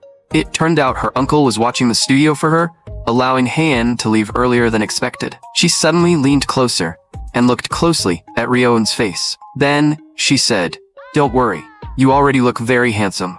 Ryo-eun immediately became embarrassed. He quickly changed the subject. "Then, let's get going. I'm already starving." Hae-in asked, "Where are we eating today? Is it some famous restaurant, or are we just having a normal dinner?" A short while later, Ryo-eun brought her to a noodle restaurant. He explained, "They serve amazing spicy seafood noodle soup here, and the heat comes in different levels, so you can challenge them one by one." Then he looked at Hae-in. "You seem like someone who can handle spicy food." Hae-in replied, "I'm not that good with spice, just a little better than most people. You can order the basic level if you can't handle it." Hearing that, Ryo-eun covered his mouth and laughed. Hae-in then called over a server and asked whether they could prepare the noodles at level 6. Ryo-eun was instantly shocked, because the menu only listed 4 levels. But Hae-in explained that the restaurant secretly offered a level 8 for serious spice lovers, and during her previous visit, she had already challenged level 7. Ryo-eun had no idea she had visited this restaurant before. He began wondering whether he should order level 6 as well. But Haein warned him not to push himself. Ryo-eun still replied, "Since we came here together, I want to order the same thing as you. That way, it'll actually feel like we're sharing a meal together." They ordered 2 bowls of level 6 spicy seafood noodle soup along with a honey pizza. Ryo-eun stared at the bright red bowl in front of him. He had not even taken a bite yet, but it already looked painfully spicy. Still, he tried to reassure himself. How bad could it possibly be? Once food passed a certain level of heat, surely all spice felt the same. But after a single bite, he immediately choked and started coughing. Haein warned him, "You really shouldn't force yourself. You can ask them to add some broth." But Ryo-eun did not want to ruin the mood, so he stubbornly forced himself to finish the entire bowl. After leaving the restaurant, he felt absolutely miserable. His lips felt ready to split open. The back of his head felt tight, his stomach burned, and even his hands and feet had begun to go numb. Haein sighed. "I told you not to push yourself. All you did was make yourself suffer." Ryo-eun looked up at her. "How are you completely fine?" Only then did he realize that Haein was a serious spice fanatic. He had chosen the restaurant so they could enjoy dinner and talk, but they barely had a real conversation because he spent the entire meal complaining about how spicy everything was. Once he finally began to recover, Haein asked, "Are you going straight home now? If you're not in a hurry, we can find somewhere to rest before leaving. I know a place that always puts people in a good mood." She stood up and told Ryo-eun to follow her. He walked behind her with a confused expression, looking at the many different shops lining the street and wondering where she was taking him. As they continued walking, he noticed that one of the nearby venues even had a live band performing. To his surprise, Haein had brought him to a bar. She explained that customers only needed to pay for their drinks to watch the live performance for free. Then she led Ryo-eun inside to find a place to sit. He suddenly realized that he had spent the entire walk overthinking things like an idiot. Still, he never knew a place like this existed near the university. He walked down the street almost every day, yet had somehow never noticed it. Just then, Haein returned with 2 bottles of beer. After sitting down, she asked Ryo-eun whether he was feeling any better. Suddenly, everyone around them fell silent and turned toward the stage, where a young woman had begun introducing herself. She explained that this was only her second performance, so she might forget some lyrics or lose the rhythm along the way. Haein held out her bottle toward Ryo-eun for a toast. Honestly, the woman on stage had a surprisingly beautiful voice. Ryo-eun then looked around the venue again. He realized that Miss Haein had always lived in a world he knew absolutely nothing about. At that moment, she was completely focused on the performance. Ryo-eun leaned closer and whispered into her ear, "I really like this place." Haein replied that she loved it too. The performer then prepared to sing her next song. It was a familiar track, Antifreeze by the Black Skirts. The song was about how love might change with time, yet people still longed for a feeling that would never grow cold. Ryo-eun never expected the song to be so romantic. It felt perfect to listen to with someone you liked. Before they realized it, it was almost 9 in the evening. Haein still needed to stop by the music studio, so the two left the bar before the performance had ended. On the way back, Ryo-eun said excitedly, "That place was amazing. I walked down this street almost every day on my way to campus, but I never knew anything like it was here." Haein explained that famous bands occasionally performed there on weekends, and the venue sometimes held rock parties as well. She told Ryo-eun that the next time they visited together, they had to stay until the performance ended. He agreed immediately without the slightest hesitation. Just then, Haein noticed that the convenience store ahead was still open. She suggested, "Let's get something cold to eat." Ryo-eun quickly asked, "What flavor do you want?" "I'll buy it." Haein chose a lemon-flavored ice pop. Afterward, the two sat beside each other on the steps outside the convenience store. Ryo-eun asked, "Has the studio been getting a lot of reservations lately?" It turned out that university festival season had brought in numerous college bands, leaving the studio fully booked almost every day. That reminded Ryo-eun that his university festival was approaching too. It had originally been scheduled for early May, but was apparently postponed after something happened. The two sat on the steps, eating their ice pops and casually talking. Then Ryo-eun suddenly thought of a question. He looked at Haein and asked, "Why did you agree to have dinner alone with me?" Haein stared at him in confusion. "Weren't you the one who invited me?" Ryo-eun immediately became embarrassed. It just felt so sudden. We've never made plans to meet alone like this before, so the whole thing still feels a little unreal. Hae-in stared at Ryo-eun in disbelief.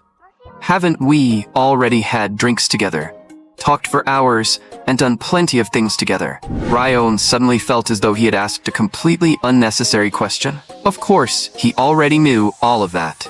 He simply still found it difficult to believe. Hae-in was the kind of person who would pursue what she loved to the very end, without regret.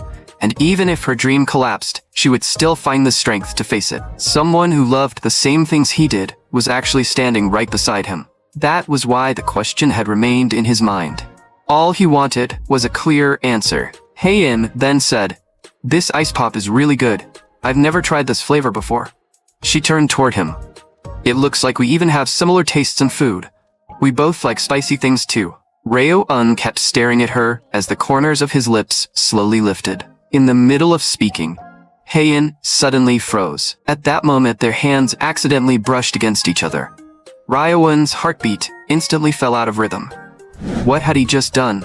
He had acted on impulse and kissed her. Even now, his mind was completely blank. A faint lemon flavor still seemed to linger on his lips. Hae-in suddenly stood up.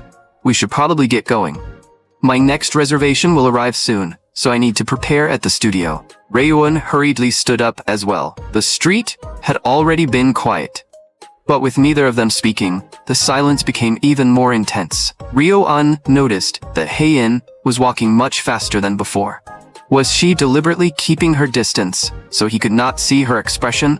Just then, Hae-in turned around and asked, "You're heading home from this intersection, right?" The two then walked in separate directions. Before leaving, Ryo-eun told her that he had genuinely enjoyed the evening. But just then, Hae-in suddenly called him back. Ryo-eun turned around as she hesitantly said about what happened earlier. He stared at her in confusion, wondering why she had stopped halfway through the sentence. The next second, Hae-in walked up to him and lightly punched him with her fist. She looked up and said, "I'll talk to you properly next time. I'm already running late, so I need to hurry back to the studio." Her unexpected action left Ryo-eun too shocked to speak. Hae-in's cheeks also turned bright red. Then, she quickly turned around and walked away. Ryo-eun stared at her disappearing figure, unable to recover for a long time. Under the dim streetlights, even he could hardly believe what had just happened. After returning to the music studio, Hae-in collapsed into a chair. The moment she remembered everything that had happened, she still could not believe it. She had only suggested getting ice pops because Ryo-eun seemed to have something to say, wanting to stretch out their time together. She never expected him to suddenly kiss her. Had Ryo-eun planned it from the beginning, or had she simply been too careless to notice? Hae-in's mind was completely blank, yet an indescribable fire continued burning inside her. Just then, two students from H University's band club entered the studio. Hae-in immediately greeted them. "If you need any microphones or cables, just let me know." After the two went into the rehearsal room, Hae-in suddenly realized she should put on a mask. If anyone saw the expression on her face, they would definitely think something was wrong. She quickly pulled out her drawing tablet and tried to start working. She thought that keeping herself busy would stop her from thinking about anything else. But she could not focus on drawing at all. Right now, she only wanted to go home. In her current state, she was incapable of doing anything properly. Meanwhile, Ryo-eun had already returned home. After washing up, he lay down on his bed and kept remembering the faint lemon flavor on his lips. He felt certain he would never forget it for the rest of his life. Then he looked outside and suddenly realized how beautiful the moon was that night. The next day arrived. While working, Ryo-eun quietly hummed "In the Tide" by Endless Afternoon. Won Shin-young walked over curiously. "You started humming the moment your shift began. Did something good happen?" Ryo-eun turned around. "Nothing happened. The weather just feels especially nice today." He then asked why she had not gone home yet. It turned out the owner had asked her to stay and work overtime. Shin-young suddenly asked, "Ryo-eun oppa, how are things going with your crush?" Ryo-eun blushed. "Pretty well, I guess." To his surprise, Shin-young told him to let her know if things went badly, because she would treat him to drinks. Ryo-eun asked why she would say that. Shin-young replied, "Why are you looking so deeply into it?" "Obviously, it's because I'm interested in you." "I only said I'm interested, not that I like you. I just want to talk with you more, so don't feel pressured. Ryo-eun scratched his head awkwardly. Why would you be interested in me? We've barely even spoken. Shin-young sighed. Even if you weren't interested at all, who asks someone that directly to their face? You really are hopelessly blunt. But it's not some huge secret. First of all, you're tall, so you stand out, and during training, I saw you quietly picking up the tissues everyone had left scattered around. That made me think you were honest and dependable. Ryo-eun stared at her in disbelief. Just because of that? Shin-young asked. Do you think that's strange? Just then, a customer came over to place an order. Ryo-eun quickly explained, I don't think it's strange, and I didn't mean anything by it. I'm just surprised. After all, he had only started noticing Miss Hae-in because they frequently met on the last train. Still, Ryo-eun had worried that Shin-young might feel awkward around him after what happened before, but it seemed he had underestimated her.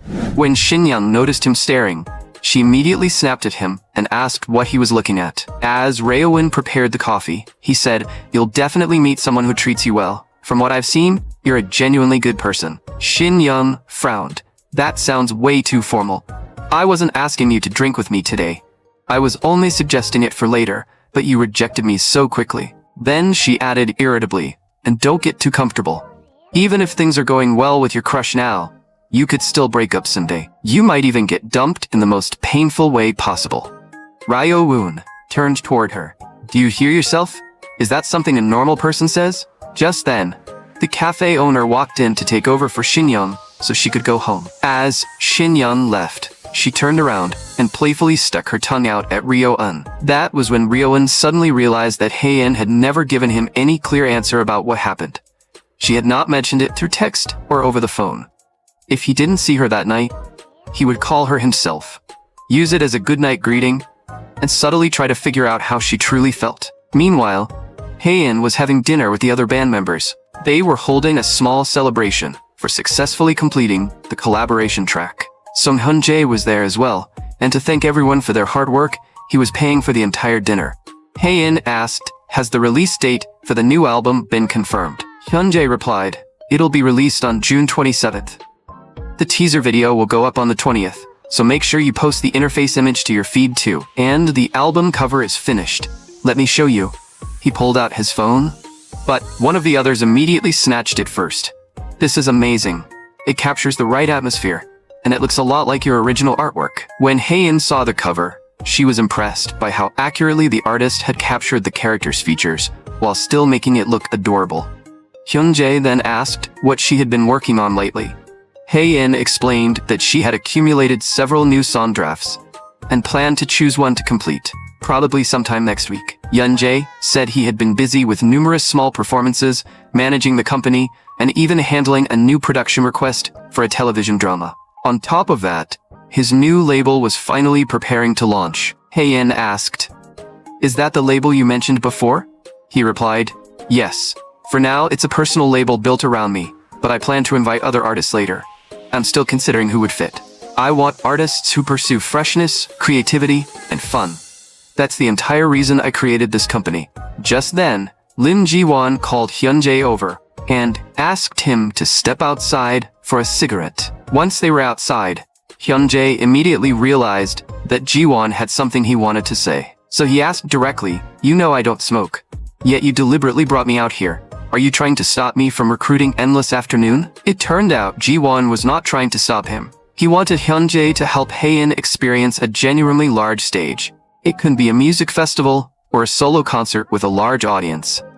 Even participating as a staff member or in another role would be enough. Hae-in needed a clear goal. She might still be inexperienced and perform under a hidden identity, but if she experienced a few major stages, she would be able to reach far more listeners. Meanwhile, Hae-in stepped out into the hallway alone. There was still some time before the last train. Yet, she suddenly had no idea what she should do next. Whenever she remembered what had happened the previous night, she had no idea how she was supposed to face Ryo-eun at the subway station. She wanted to confess that she was Endless Afternoon, but she still did not know how to bring it up. After returning to the room, Hae-in disagreed with one of her bandmates, and the two began arguing intensely. Yoon Ju-young saw how serious the argument had become and wanted to step in, but Lim Ji-won stopped him.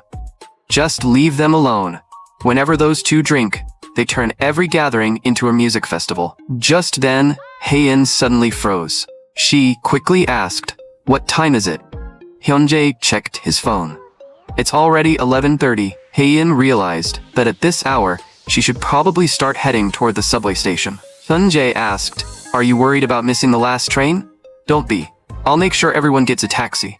So drink up, and don't worry. You can even stay until morning." Hae-in replied, "It's not really about the last train. There's someone I'm considering dating, so I don't want to go home too late." The group erupted in shock. "What? You have a boyfriend? When we offered to set you up, you said you didn't want to date. You liar," Hae-in protested. "When did I ever say I didn't want to date?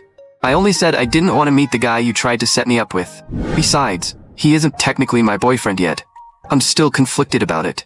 Hyunjae asked in confusion, "What is there to be conflicted about? Is there something wrong with him?" Hae-in quickly waved her hands. "There's nothing wrong with him. He's a good person, and he always knows exactly what to say. The problem is me." One of the others immediately joked, "Your hidden violent tendencies are definitely the biggest problem." It turned out Hae-in's real concern was that she had been hiding her identity as Endless Afternoon.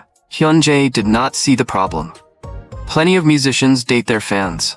But when Hae-in admitted that she had deliberately kept the truth from Ryo-eun, everyone at the table was stunned. Hyunjae believed she could solve everything by simply telling him that she was Endless Afternoon.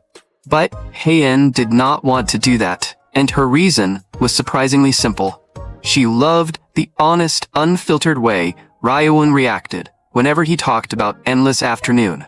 He always said exactly what he felt, and Hae-in had never met anyone who spoke about Endless Afternoon with such genuine passion. Whenever Hae-in saw how sincerely Ryo-eun loved Endless Afternoon, she felt inspired to create even better music. But if he discovered that she was Endless Afternoon, he might never speak honestly about her songs again. Her identity might force him to hide his true feelings whenever he was around her. Even if he stopped liking Endless Afternoon someday, he would probably hide the truth and simply smile. That was why Hae-in had no idea what to do. Yet if they continued seeing each other, she felt that she would eventually have to confess that she was Endless Afternoon. Just then, Hyunjae suddenly said, "No." Everyone immediately turned toward him in surprise. Jongjae explained, "When it comes to dating, your own feelings are what matter most. If telling him makes you uncomfortable, you don't have to force yourself. Being in a relationship doesn't mean revealing every detail about yourself. After coming here, I briefly dated someone too, but I never told her everything about myself. I never explained everything I experienced as an immigrant, my family situation, or why I returned here. I genuinely liked her, and that was exactly why I didn't want her to see my vulnerable side. And I don't believe that made me selfish. Sometimes you hide painful parts of yourself because you treasure the relationship and don't want to damage it. In the end, you need to decide for yourself what you want to do. Take your time. This isn't something you can solve by rushing, and you don't absolutely have to meet him tonight." Hae-in raised her glass and quietly said, "I'll think about it more carefully." Meanwhile, Ryo-eun finally finished his shift. He walked toward the subway station while reading a notification that had just arrived on his phone. All of his summer internship applications had passed the document screening stage, but it was still too early to celebrate. Passing the initial review was only the beginning.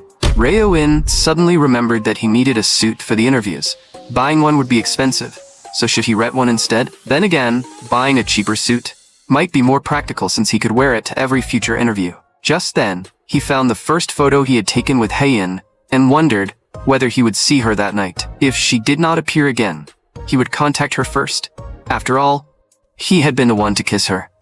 Simply waiting for her response without doing anything would be completely irresponsible. The subway station was completely empty. Why had Hae-in still not arrived this late? Could this be her way of rejecting him? Ryo-eun immediately stopped himself from overthinking. He had already decided that if she did not appear, he would contact her. He could regret it after hearing the clear answer.